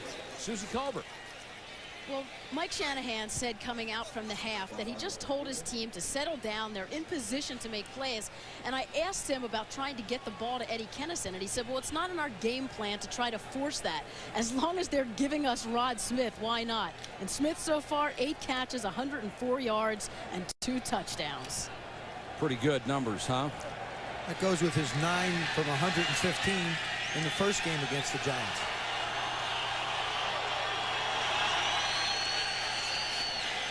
Gary on the toss. Beautifully designed play with a lot of room. And Olandis Gary up to the 26. Matt Lepsis, the right tackle, got out through him a big block. Gain of 11.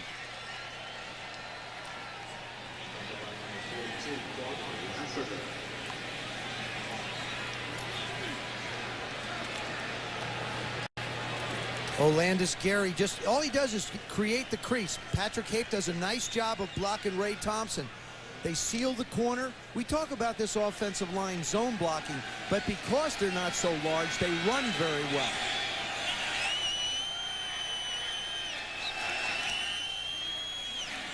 Greasy throws underneath. Smith with another catch up to the 38. Let's check in with Chris Berman.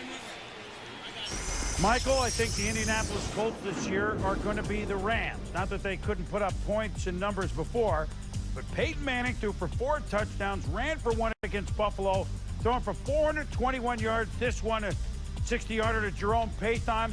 2 games, Colts 2 division wins, 87 points. Well, Peyton Manning is something else, isn't he, Chris? 14 out of 22 for Greasy. He's hit his last 9 throws. Gary this time can't get away from Jabari Issa, number 72. You know, one thing that impresses you about Greasy, and there are a lot of things that impress you about that young man, is that football is not the only thing in his life. There's so many other things he likes to do. He wants to work with people eventually when his football career is over. And he almost didn't get into the pros. I mean, he played 1 year at Michigan and had to be talked into coming back to play that one before he got drafted. We'll fill you a little more on Brian Greasy in just a moment. 6:50 to go, third quarter. Broncos now lead by 14. They have scored 24 in a row after the Cardinals jumped on top. 2nd and 8 for Denver.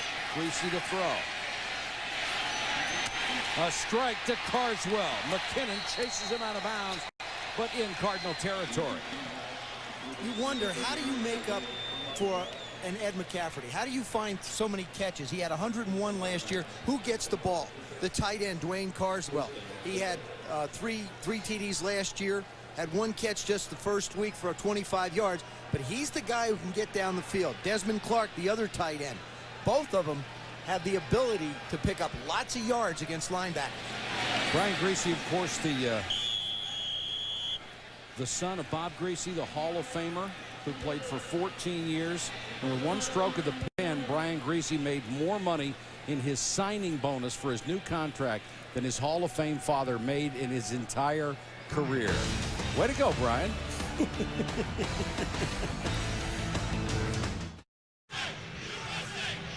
Broncos on top, 24-10. Brian Greasy got off to a sluggish start, but he's been spectacular lately, hitting his last 10, 150 yards and 2 touchdowns. Another nice play fake. And plenty of time. Short on that one. Flags are down. That will be interference intended for Eddie Kennison, and he was run into. I'll tell you, there was absolutely no reason for pass interference on this play. Tillman and Lassiter were back there. Well, Kwame Lassiter had this thing eyeball all the way.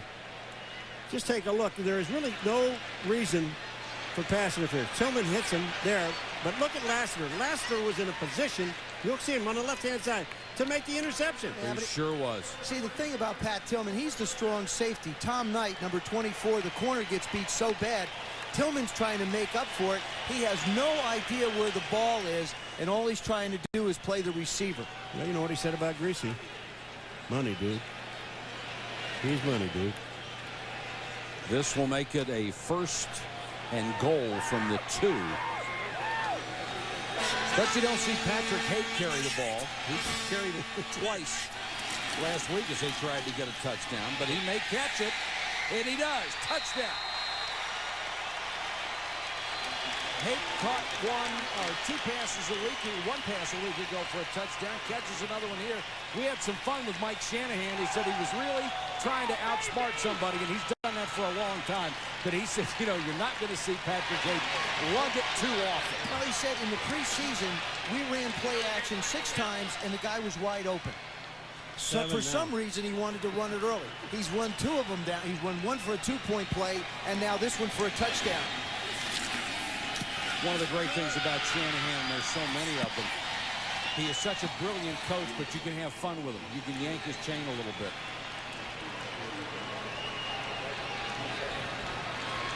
Another sterling series for Brian Griese. Mike Shanahan said we knew something the first week as a rookie, that we had something special. But how did Brian Griese feel about being a rookie? Would he succeed? That first training camp when I was in Denver and I watched John Elway play, and I was amazed at you know, the physical ability that he had. And I told myself, you know, I don't have that ability, but I can do it mentally. And I can do it different ways, leading people. And I began to understand that I could play in this league. You know, Michael, the one thing that Mike Shanahan said about him is when he first came to camp, the very first week, he looked at Gary Kubiak after he went up under center and he said, this guy is going to play for us for a long time.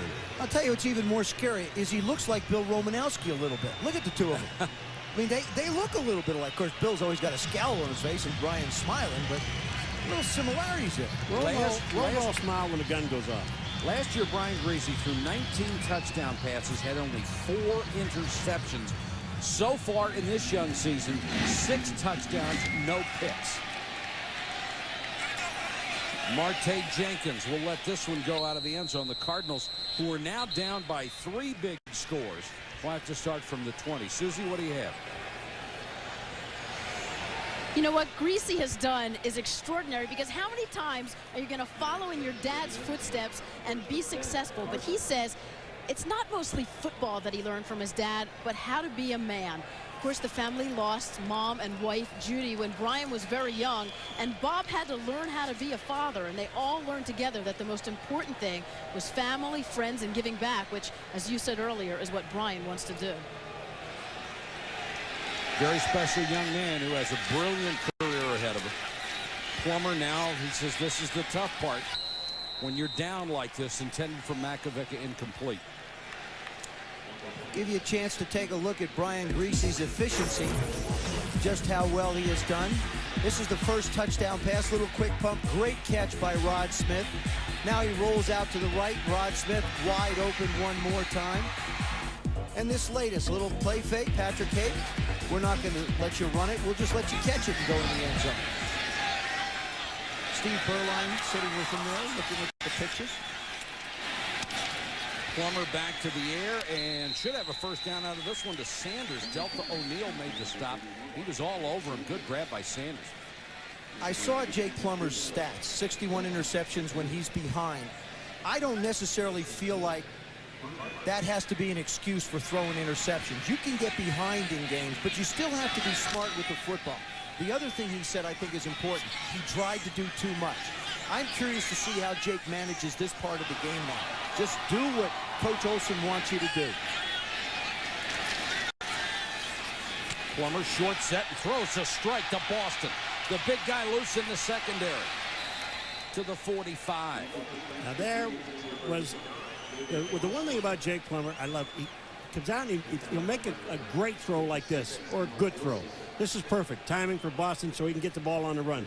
Oh, he's laughing. But then he makes just mistakes where he throws the ball in the wrong place. Look at this where he hits Boston right in the stomach. Boston's on a dead run. Have you guys looked at the arms on David Boston? Enormous. What? Their thighs. He's got the biggest arms I've ever seen. He's 227-pound wide receiver. Look at it. Got some guns, definitely. Oh, boy, does he. Rob Moore with a bad hamstring, not playing tonight. This is quite a receiving corps when everybody's healthy. Plummer again, Boston. Delta O'Neal, nice tackle. Back to Susie for more on David Boston. Well, earlier in the game, I had mentioned that last year he was mostly known for taunting. Well, talk about embarrassing. His father, Byron, is a line judge in the NFL, and his son's antics wound up on an NFL training tape used to show players what behavior is unacceptable. But as I also mentioned, David Boston doesn't do that anymore. He's really matured. I think they maybe had a father-son chat over that one. Cardinals at midfield. Jones went in motion. Here comes the blitz. They pick it up. Plummer throwing for Boston. Some contact down there with Denard Walker. No flag. Walker, the free agent from Tennessee, who was really upset that the Titans did not make him any kind of a contract offer to stay. And Denver very happy to get him in a corner after they lost Buckley, Crockett, and Carter. Of course, Denard Walker, the most picks he's had in his 5-year career have been 2 in 1 year. He's already got a leg up in the second game of the season. He has 1 already. You know how to make a guy feel good. Wow. And these corners will have a chance to make plays. He's going to get his opportunities because the Broncos are going to make people throw to try and put points on the board against them. 4 wide receivers, including the rookie Arnold Jackson, number 84, the NCAA's all-time career pass leader. Behind Sanders as they came with the blitz, and Plummer couldn't get it in the right spot. Boy, did he get nailed. And that was 4th down. That is 4th down. Ian Gold, Michael, came off the corner, and nobody. Ian Gold is number 52. Great special team player. But watch this. Nobody even touches him, and bam. Gets there in a hurry, doesn't he? Oh, does he ever. Player to kick to O'Neal. Player was second in net last year in punting, 37-3 in the NFL. Excellent placement kicker, and he's got a pretty strong leg as well. O'Neal will let this one go, and they try to down it at the goal line and can't. Punt of 50 yards. Tomorrow night on Monday Night Football, it's Brett Favre and the Packers battling the Washington Redskins at 9 Eastern on ABC. And then at next Sunday, we'll be in Philadelphia as Donovan McNabb and the Eagles host Emmitt Smith and the Cowboys at 8:30 Eastern on ESPN. Hope you'll join us for that. Get a look at the NFL's second all-time leading rusher, Emmitt Smith. Well, being out here today, we got a chance to see that Dallas game, but I'm really kind of interested to see that Philadelphia football team, and everybody raves about it. I didn't get a chance to see that game that they played against the Rams, but they played a pretty good game in the loss. And you know, will Quincy Carter be back for the Cowboys? That's something else. Numbers on Greasy. Hit 11 in a row. Olandis Gary on the toss. Lepsis, great block out in front of him. Boy, Matt Lepsis just went out there and threw a beauty. There's a flag down on the play. Maybe a face mask, and Lepsis is down.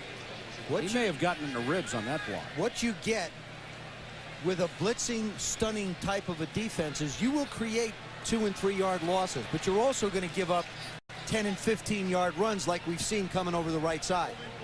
86 offense. 10 yards, be forced to respond to the foul, repeat first down.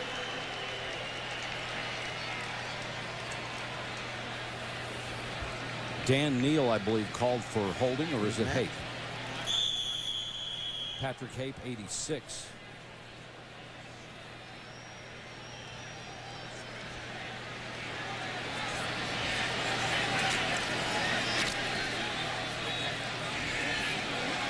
So back him up 10. And it's 1st and 11. Gary cut down this time by Ray Thompson, the strong side linebacker out of Tennessee. He's a little guy, 217 pounds. There aren't many linebackers in the NFL anymore. There weren't many 5 years ago who were only 217. He plays a strong side. The thing about it, though, is it seems like they're very specific in their choices. This is a strong side linebacker who can come around the corner. Defensive ends are smaller now. 2nd and 9. Denver just taking its time. They're up by 21.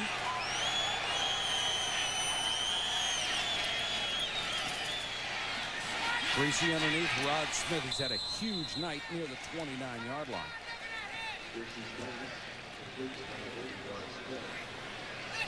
Looks like he's just sitting back in a rocking chair right now, just firing them out there. And Smith has caught 10 for 123. Give him 19 catches in 2 games. I'm just going to say, Joe, whenever Greasy runs play action, I mean, there's 2 or 3 guys that are open. Well, you can only do that when you run the football effectively. And from an Arizona standpoint, the 9 defensive linemen that they kept on the roster, they've got 8 in this game, have a total of 6 sacks. 6. So they don't know how to get to the quarterback yet. Gary, but you got to hand it to the Cardinals. That defense has been put in so many holes in this ball game. They have held up very well, even though right now the scoreboard doesn't show. It's almost like a broken record. The games that we have done, that's right, have been very indicative of the defense trying to hold on as long as they can.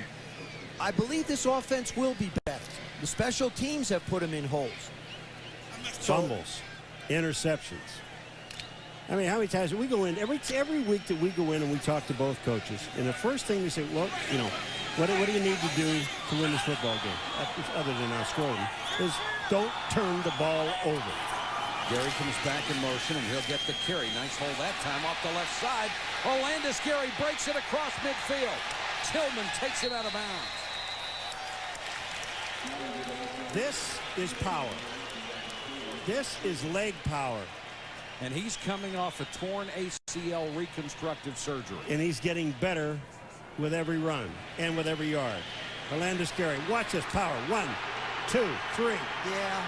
But he ran right through Rob Fredrickson, number 59, at about 3-yard gains. And the one thing that Dave McGinnis stressed again, besides not turning the ball over, is we have to tackle. We must tackle these backs. Well, you get the feeling that Cardinal defense is starting to get a little tired, and then they turn it over to guys like Anderson and Gary and run it right down your throat.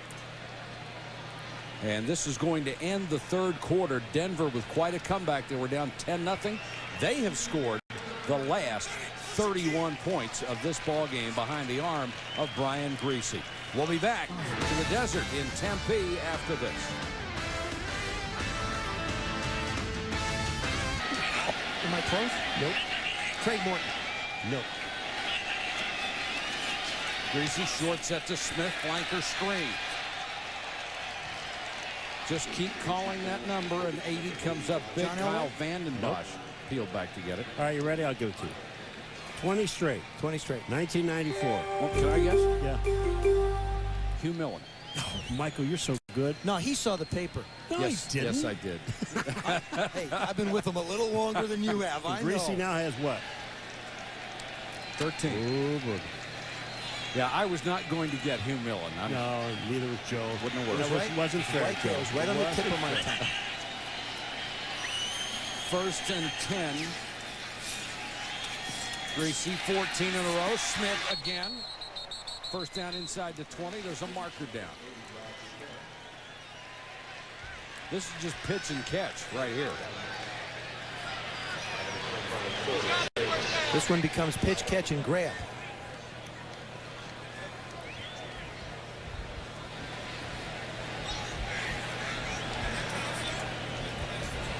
You're going to go personal foul against the Arizona Cardinals. Roughing the passer.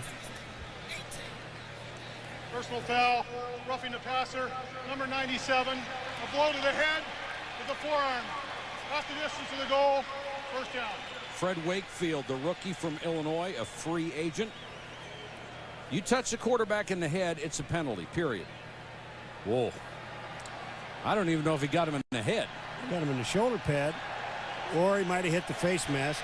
Look at and we have an idiot streaker. Well, this guy really isn't a streaker. No, he is clothed, isn't he? Yeah. Somebody ought to give this clown a forearm.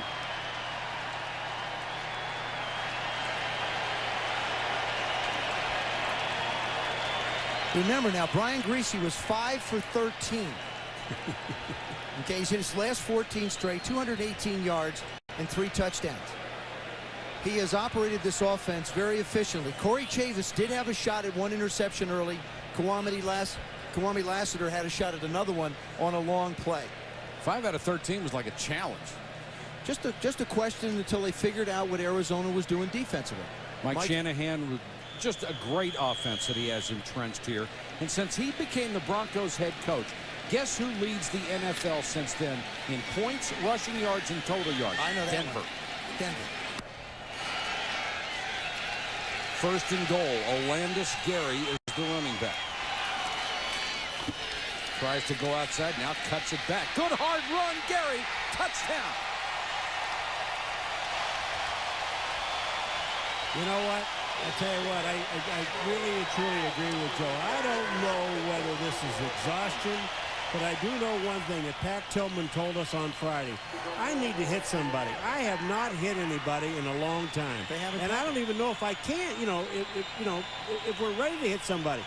They're getting chances. Oh, they're getting a lot of chances. When you look at this play, I mean, guys are hitting him, and Tillman happens to be the last guy that has a shot at him, number 40, and they don't make the tackle. Well, when you see guys start throwing shoulders instead of wrapping people up, they're going for that knockout blow. Their technique has got to be better, and Denver is just lumping the Cardinals. Great run by Olandis Gary. Toyota, get the feeling. Sun Devil Stadium on what has become just a gorgeous night here in the desert. Night's always gorgeous in the desert. That's because it goes down to 95. Dave McGinnis, what a disappointment for him after such a tremendous start for his ball club. They played so hard, won a 10-0, and they have been waxed since then. Jenkins from the goal line. Has the seam. Marte Jenkins just tripped from behind. Ian Gold again. Oh, check it. That's Smith. Detron Smith got him by the ankle, a return of 40. Let's take a look at our game track to catch you up to date on what's been happening in this ball game. Greasy, spectacular in the second half, 19 out of 27. Rod Smith with a huge night, 12 for 146. And Jake Plummer, who started so strong, has seen his numbers decline. He's only thrown for 180 yards tonight. You know, we've been talking so much about the Denver offense. This Denver defense, they have done a terrific job. Ray Rhodes is a terrific football coach. He is. Has done a great job no matter where he was, whether it was Green Bay or Washington last year. Plummer to throw. Delta O'Neal came up and knocked it away from Boston. There's one that should have been intercepted. Delta O'Neal's a good one. They found themselves an excellent corner there. Only in his second year out of Cal. You know, this is a game, too, for Jake. I mean, you've got to stay with the offense, Joe, and start working on some of your offense. You're down by 28 points. You're not going to win this ball game. You're right, Paul, and I think it's very important. This is their first game. Now they get a chance to look at some of their offense. How do they operate their offense? Forget about the score. Just be efficient in your own personal job. Because they've got 15 games to go. Makovica got his head around late and couldn't hold the ball. Let's go to Chris Berman. Boomer. All right, Michael, thank you. How about those Cincinnati Bengals at home against the Baltimore Ravens? Cincy's defense to KO Spikes picking off Elvis Gerback. They forced 6 turnovers, 3 picks, 3 fumbles, 21-10 Cincinnati. First loss for the Ravens since October 29th last year. Well, that was a stunner there. And I think that's the first time I've heard Chris not call the Cincinnati Bengals the Cincinnati Bungles in a long time. I agree with you. And they've earned that respect.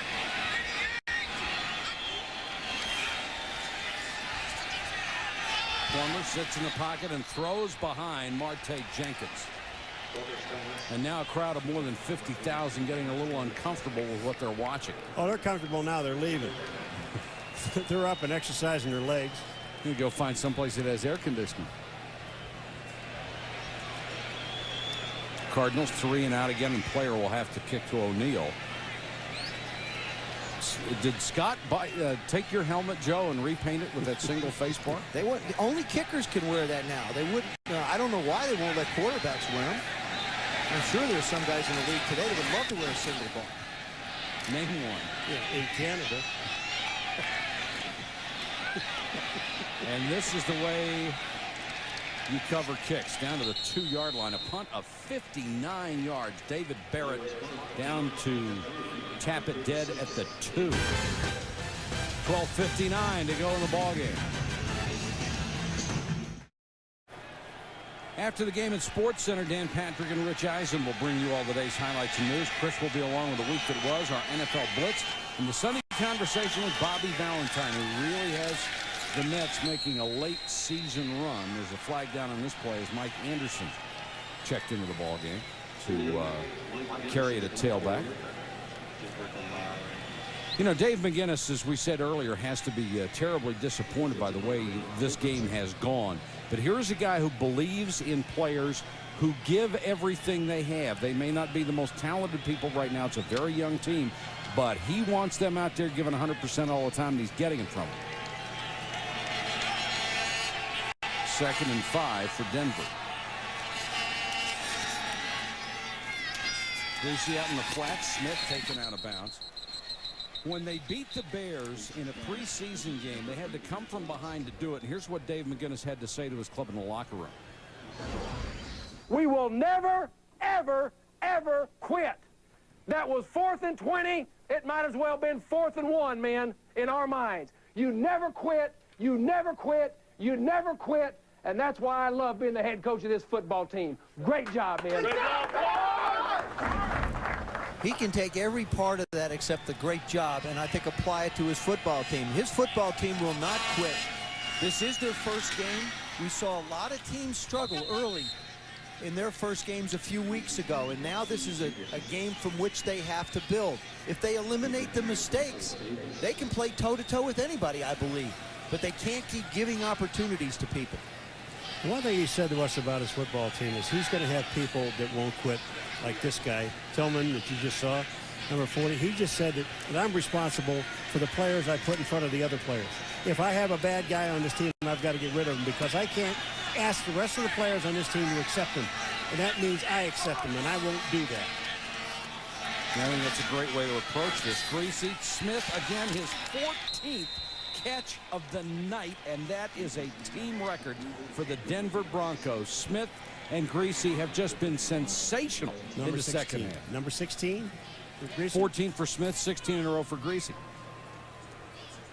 It's the same pass they've thrown probably 6 times. It's a little quick turn by Rod Smith. Just give him a chance to face up on the backers and then take off and run. Well, there's a guy with such great speed. You have to respect that. You lay off. They throw the little passes underneath. They just wanted to get him the record. Now they take him out of the game. Already missing Eddie McCaffrey, who was hurt in the opener. Anderson back in. He'll get a couple. Tonight is a classic example of a football team that can run the football. They tell you they can run the football. You know they can run the football. Everything they do is predicated on the run. So everything else passing is really easy.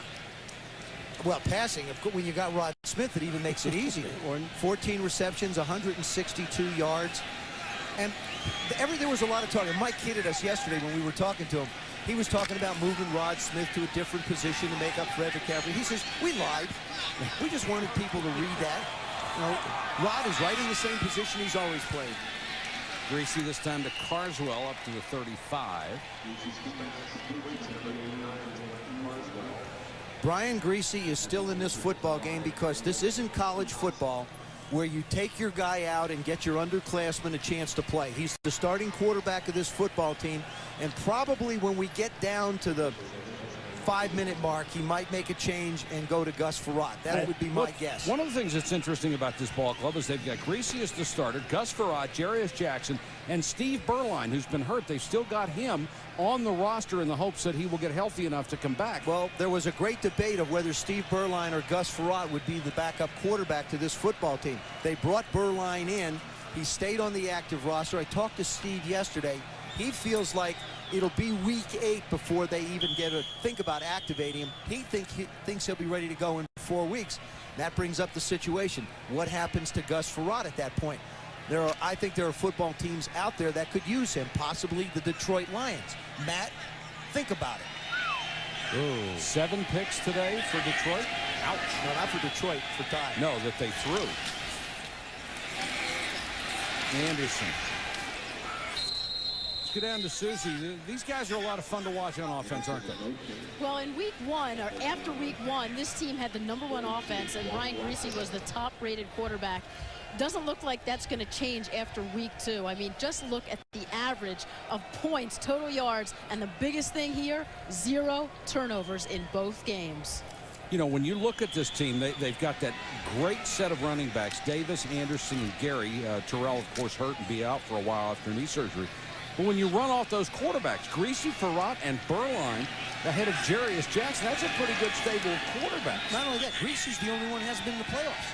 Yeah, even right. Jarius Jackson's played in the playoffs. That's right. Greasy, of course, had 2 shoulder injuries last year. And he finally throws an incompletion, that one intended for Carswell. He had hit 17 in a row. You know something? Mike Shanahan is a very, very cagey guy. He knew that Rod Smith was close to the record. You saw when he broke it, he took him out. With the completions that Brian Greasy was on, good point. He was trying, I think, to get him close. I wouldn't be surprised now if they decide to make the move, possibly in the next series. To break the consecutive pass record of who? We'll point it out again. Hugh Millen. That's right. Way to For go, the Joe. Denver Broncos. Jump in there, man. You just wanted to see if I was listening earlier. Yes, I was. No year? 1994. There you go. All right? Yes, sir. Olandis Gary, flag is down. Stop made by Justin Lucas, backup strong safety. Well, you look at the Denver Broncos and you look at the age of this football team, the offensive line. Teague, 4 years. Illegal shift, offense, 2 men moving without resetting, penalties decline, 4th down. Lenny Friedman, 3 years. Neyland, 8 years. Neal, 5. Lippis, 5. I mean, you look at that offensive line, they're young, and then you go to the secondary. They got a bunch of 4th and 2nd year guys. Deltha O'Neal, Kenoid Kennedy, Eric Brown, Denard Walker, nobody over 5 years.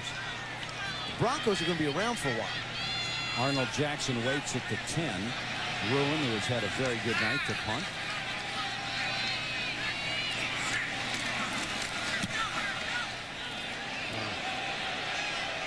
Beautiful kick, but it will bounce into the end zone. They'll take it back to the 20. I want to see what he can do at sea level. Isn't this close? 57-yard punt. That offensive line has been spectacular again. Log on to NFL.com for expert analysis and insight, as well as all the day's stats, the scores, and stories. And for the deepest coverage anywhere, log on to ESPN.com, keyword NFL. You get all the scores, analysis, and breaking news from today's action. You can't go anywhere without seeing signs of American flags, and that's just great. Sanders makes the catch. Michael, in Arizona, in their first 2 drives for scores. And that was their first 2 possessions, okay? Their last 9 possessions, they haven't gotten closer than Denver's 48-yard line. Well, the turnovers have really played a huge part in that. 76 yards since the first 17 plays. That's in 8 drives. They haven't had the ball much. I mean, you know, they've had the ball 41 plays. That's it. Jones, nice cutback. Another nice cutback. And Jones up to the 49-yard line, where Deltha O'Neal chases him down. 21, he now has 65 yards on the night. What you saw at the end of that run is something that Thomas Jones is going to have to work himself out of. He was heading towards the right sideline. Instead, he tried to stop and juke somebody, and he got caught from behind. He just has to make the one cut and go, even if you are 15 yards downfield. Plummer goes to the shotgun. Here comes the blitz. Jake unloads and almost intercepted and then caught by Marte Jenkins. Deltha O'Neal had it right through his arms. Deltha O'Neal looked like he was running for a touchdown. He was. And forgot one thing. Yeah, he forgot the ball. Deltha, they were in perfect position. And look at this. Boom, the ball comes back out. Marte says, thank you very much. I'm going this way. I mean, that was really a neat play to watch. Well, it looked like a handoff. Was it like a defensive back? Yeah.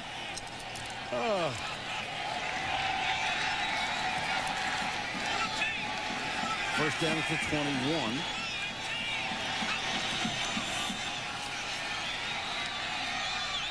Plummer rifles this one and almost picked again. This time in and out of the hands of Kenoy Kennedy, the safety. See, I've always defended Jake Plummer. I feel like he's got a chance to be special. This is a year that he's going to have to show a lot more. And what he did right there is not an excuse for being behind in a football game. You're down 28 points. You're not going to win this thing. You can't make this throw. The safety is sitting right there. Kenoy Kennedy is right there. You've got to see him. I don't buy into this. I throw more interceptions because we're behind. You still have to know what you're doing with the football. The numbers on Jake tonight. Hometown hero out of Arizona State. Pump fake now under pressure, and Trevor Price was right there for his second sack of the year. You also have to know one other thing, when to get out of there. Well, no, I mean, it's collapsing on you, man. Right. You got to be able to feel that. You got to get out of there. No, I don't. What you do is the offensive line tries very hard to defend it, but Leonard Davis gets beat on this one. Of course, we talked about Trevor Price going to the Pro Bowl. He's just so quick. Jake has nowhere to go with the football. He did protect him. 5:25 and counting in this game. Denver has scored 38 straight points.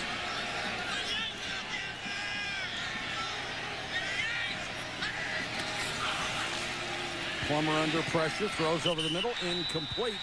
Hardy got a hand on it but couldn't hold it. Now 4th and 13. Obviously they will go for it. Mm-hmm. I'd look somehow, way, shape, or form to get the ball in the hands of David Boston again. He's been my guy. He's been the guy that's made the plays for me. He's had a good night. They had a good night early. An early good night. Yeah, well, the guys in the white and red haven't had a good night lately. I'll give you that. They have not. They look so good in the first 15 minutes of the ball game. Then the turnover started. Blitz comes. They pick it up. Plummer throws complete. Boston had the first down, then gave it up, has it again. Boston, great fake and out of bounds. There's somebody who hasn't given up. Eric Davis finally got him out of bounds. How strong is he? David Boston is built in the mold of Eric Moulds, and I think right now in this league, Eric Moulds, to me, could be in the top 2 or 3 receivers. He's big, he's physical, he's strong, he never quits, and that's exactly what you're seeing out of David Boston. He continues to grow, and I think we'll get better and better as the year goes on. Check that tackle. Eric Davis was not the guy who took him out of bounds. He was the one who missed the tackle. Had a hold of him and couldn't hold him. He had him for a while. Yes, he did. But the only reason they didn't stop your momentum on a play like that when you got a guy as big as he is, the way he's running.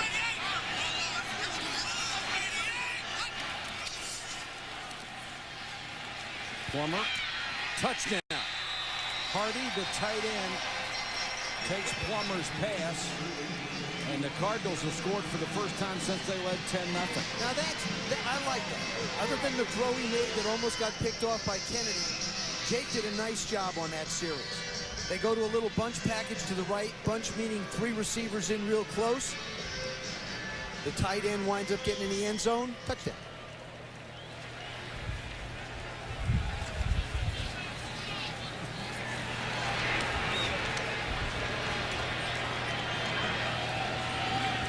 On for the point after to make it 38-17, Gramatica.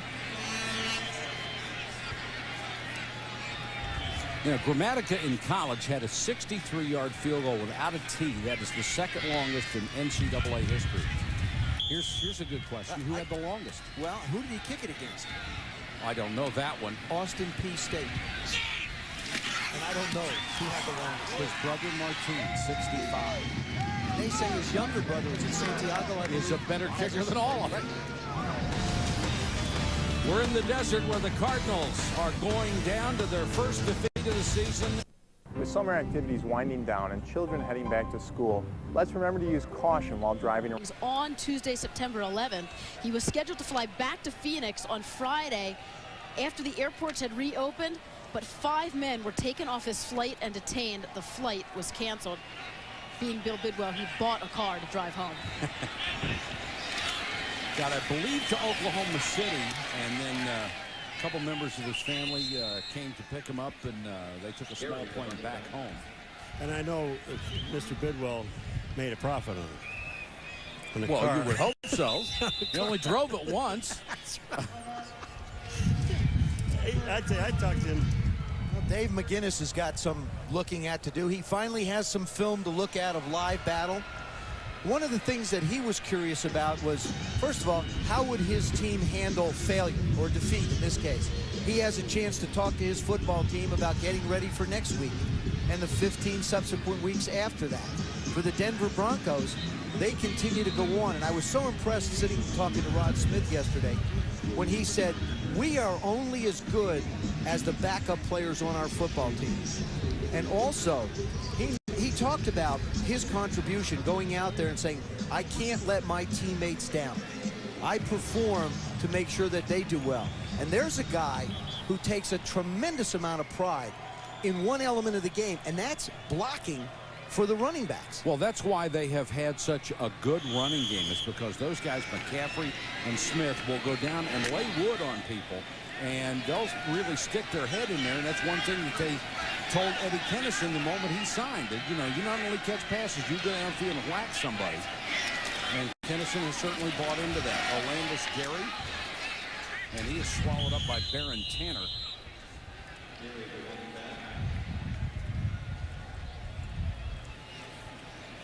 Rod Smith, first 2 ball games this year, 23 catches, 277 yards.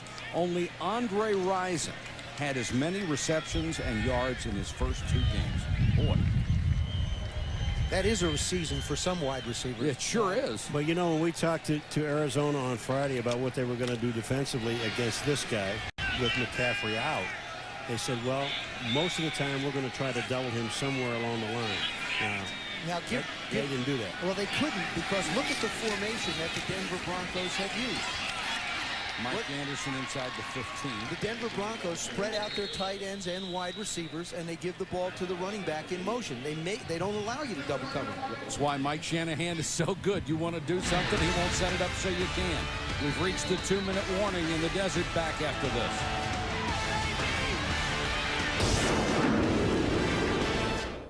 Dan and Rich, we will look forward to it. Brian Greasy's numbers 22 of 31, 242 yards. Hit 17 of his last 18, and Gus Frerotte has checked in at quarterback. Sneak on 4th down. His first call is the sneak.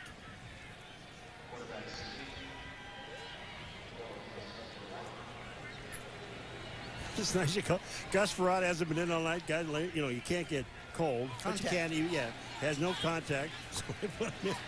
It's up 4th and inches, and they have him carry the ball. They call it in from the sideline. Are you sure about that? Well, if they measure this and it is a first down, what he's going to do is he's going to kneel down 3 more times. Well, how about this? Rushing yardage for the quarterback. Frerotte, 1 yard. Greasy, 0.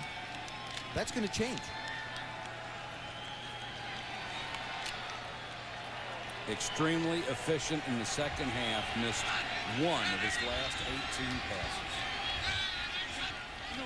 Now Frerotte will take a knee. Let's go down to Susie.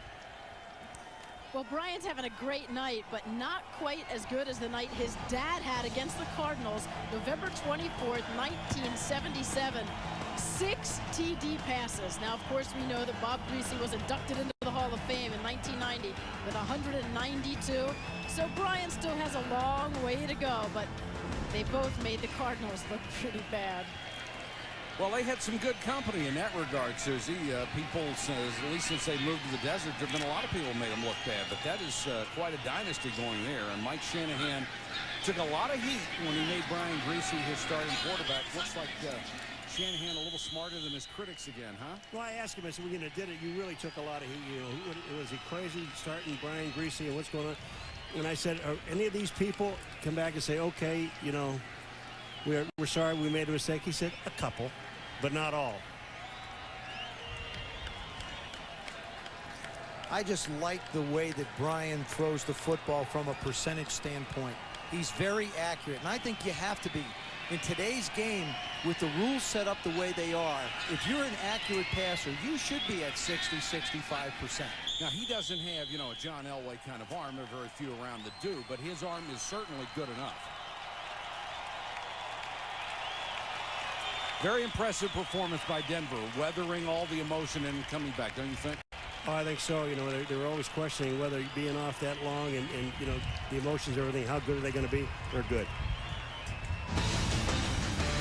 Final score, big win for the Broncos, 38-17. Sports Center is next. For our entire ESPN crew, this is Mike Patrick saying goodnight from Sun Devil Stadium in Phoenix.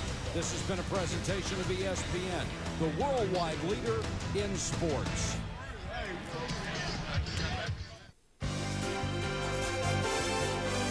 ESPN, thank you for watching this presentation of the National Football League.